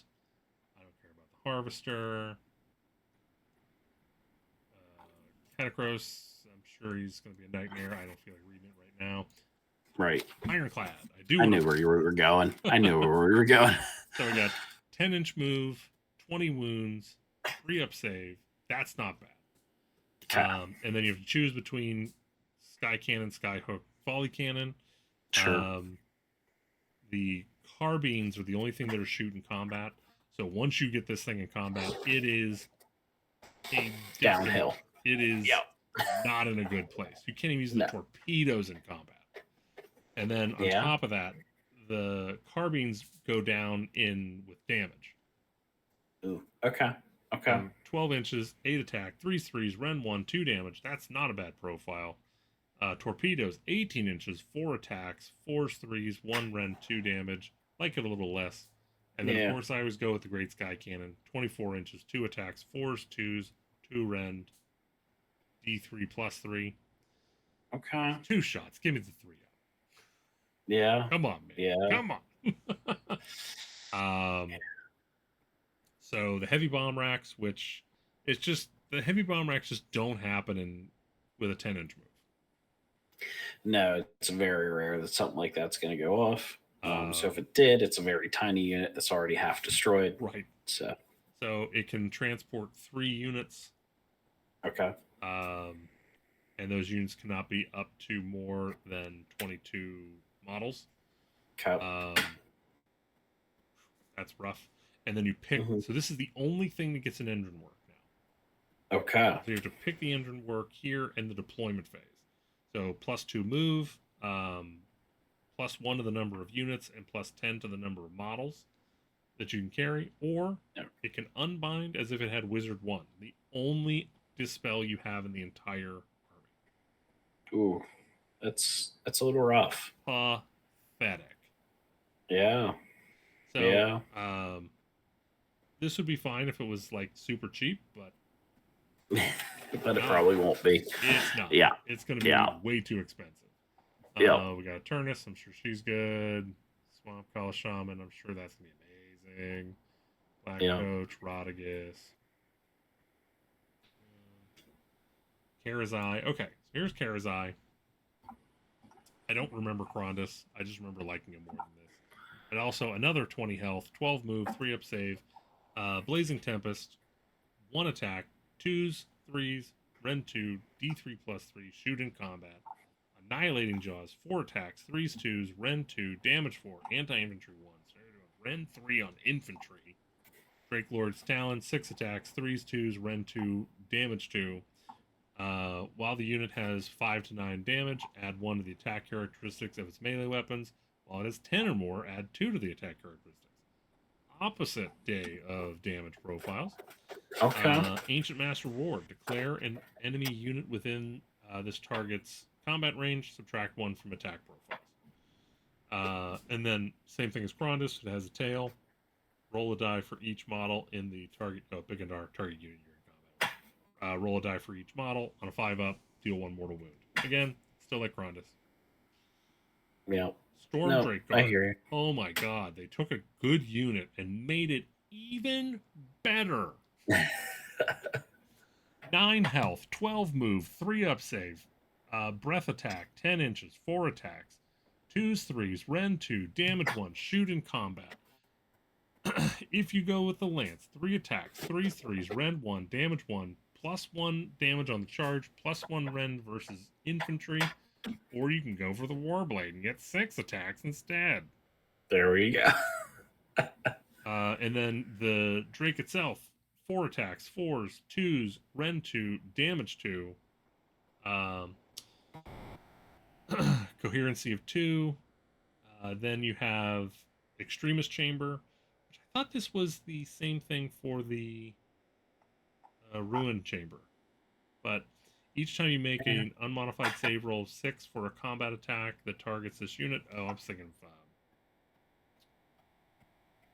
of the spell. It's not spell. Okay. So apparently Extremist Chamber. So all the shit on Drakes, when you roll a 6 unmodified 6 save roll, you're going to bounce back a mortal. Okay. Here's what's stupid. Okay. If this unit charged this turn, roll a die on a 3+. This unit can move 2d6 inches. It can pass through the combat ranges of enemy units and can end that move in combat. Then pick an enemy unit that this unit passed across during that move, inflict D3 mortal wounds on that enemy unit. Not even a roll. Just roll the die, and that's how Just do it. Just do it. So now you're not even going to be able to pin down Storm Drake Guard. They're going to be like, no, I really don't like that hero. Right. Yeah, I'm going to hop him. Holy cow. It's going to get worse. Keeper Secrets. They can keep the secrets for right now. Flame Seekers. Okay, so this is the new one. This was like I was like, they're gonna make these guys really good. I'm gonna have to get more. So they have a lot of attacks, but other than that, there's nothing really. Okay. 2 health, 5 up save. I think they have the 6 up ward like everybody. Yep. So it's a 9 model unit because Warcry. One of which is their Kindle Droth. So the 8 guys left have 3 attacks, 3s, rend 1 damage, anti-monster, +1 rend. And then in any combat phase, pick an enemy monster in combat, roll a die on a 3+, subtract D3 from the damage characteristic of the target's companion's melee weapon for the rest of the turn. So if you're fighting a monster, it's good. Mm-hmm. Yeah. But overall, I don't think just reinforcing a bunch of these like we're doing now is not the way to go. Right. Then the Uruk Hearthguard. So these guys, we're probably going to have the same thing where we have everywhere else, where it's just points, and you're not going to find the points to bring them. But I can see the point. So they have a 12-inch range, 2 attacks, 4s, 3s, rend 1, D3 damage, shoot in combat. Each time that they score a critical hit, subtract 1 inch from the target's move characteristic until the end of your next turn. To the end of your next turn. You cannot reduce it below half. Okay, so we're not turning it into a 1-inch move, but still, that's pretty significant. Your eels with 6-inch move. That would suck. That would suck. So, like I'm saying, the problem is that's not good enough to sprinkle them in. Yeah. So, good try, boys, but yeah. And then, of course, here's your Bloodthirster of Unfretted Fury doing stupid damage there. Then the Wrath of Khorne doing even more stupid damage. Yep.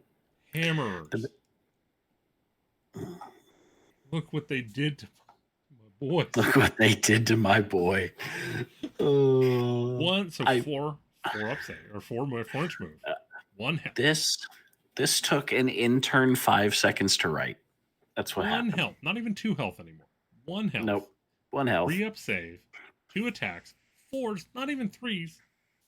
3s, rend 1, 2 damage, no crit ability. Oathsworn, they have a 5 up ward whenever there's a Dwarden hero nearby. Infantry, not even champion, musician. Nothing. And standard. Like they show a musician. Nope. Don't exist. They don't exist. Just Put them out of their misery. Put them out of the misery. It's time. It is time. Okay, I do want to go over the Revenant Seekers real quick here. So, okay. Because these are the ones that I have built. Okay. So they're not there for the We'll go over. There's really just Harvesters of the Lamentari. Passive. Each time a friendly unit wholly within 12 inches of any Revenant Seekers use the rally command, you can make 3 additional rally rolls of D6. Okay. That's interesting, but I don't care. Yeah. I guess it just gets it so you can bring back Kurnoth Hunters and stuff. Yeah. It's so cool. You can bring back more Kurnoth Hunters. In the bin you go. Callus and Toll, I'm sure you're great. Basildon's great. Hunters and Conchi, I'm sure you're great. Do you want to see the Leviathan? Sure. Let's have a look at Leviathan. Move 10, health 16, save 3.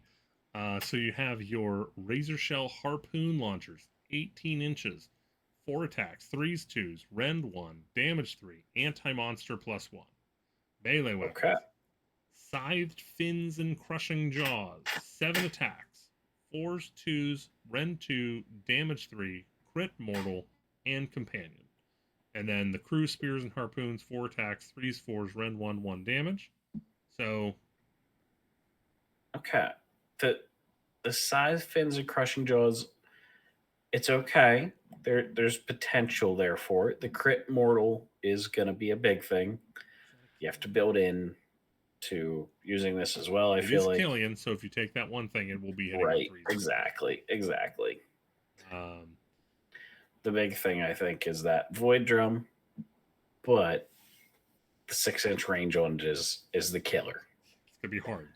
Wholly within 6 is tough, but you're also giving your turtle a 5-up ward. I mean, it's a 5-up ward. Right. Hard to say bad things about it. And then roll a die. Oh, so this is if this unit charged, pick an enemy infantry unit within 1 inch. Roll a die, add 1 to the roll. If the unit has 10 or more models on a 3+, inflict that amount of mortal wounds. That's pretty good. It's something. It's mortal wounds on the charge and the infantry. And get those 7 mortal wounds on the 10-man unit. Oh, more than 10. Yeah, so doubtful I'll do that, but yes. There's a Rune Smiter on Magmadroth. Not going to worry about that.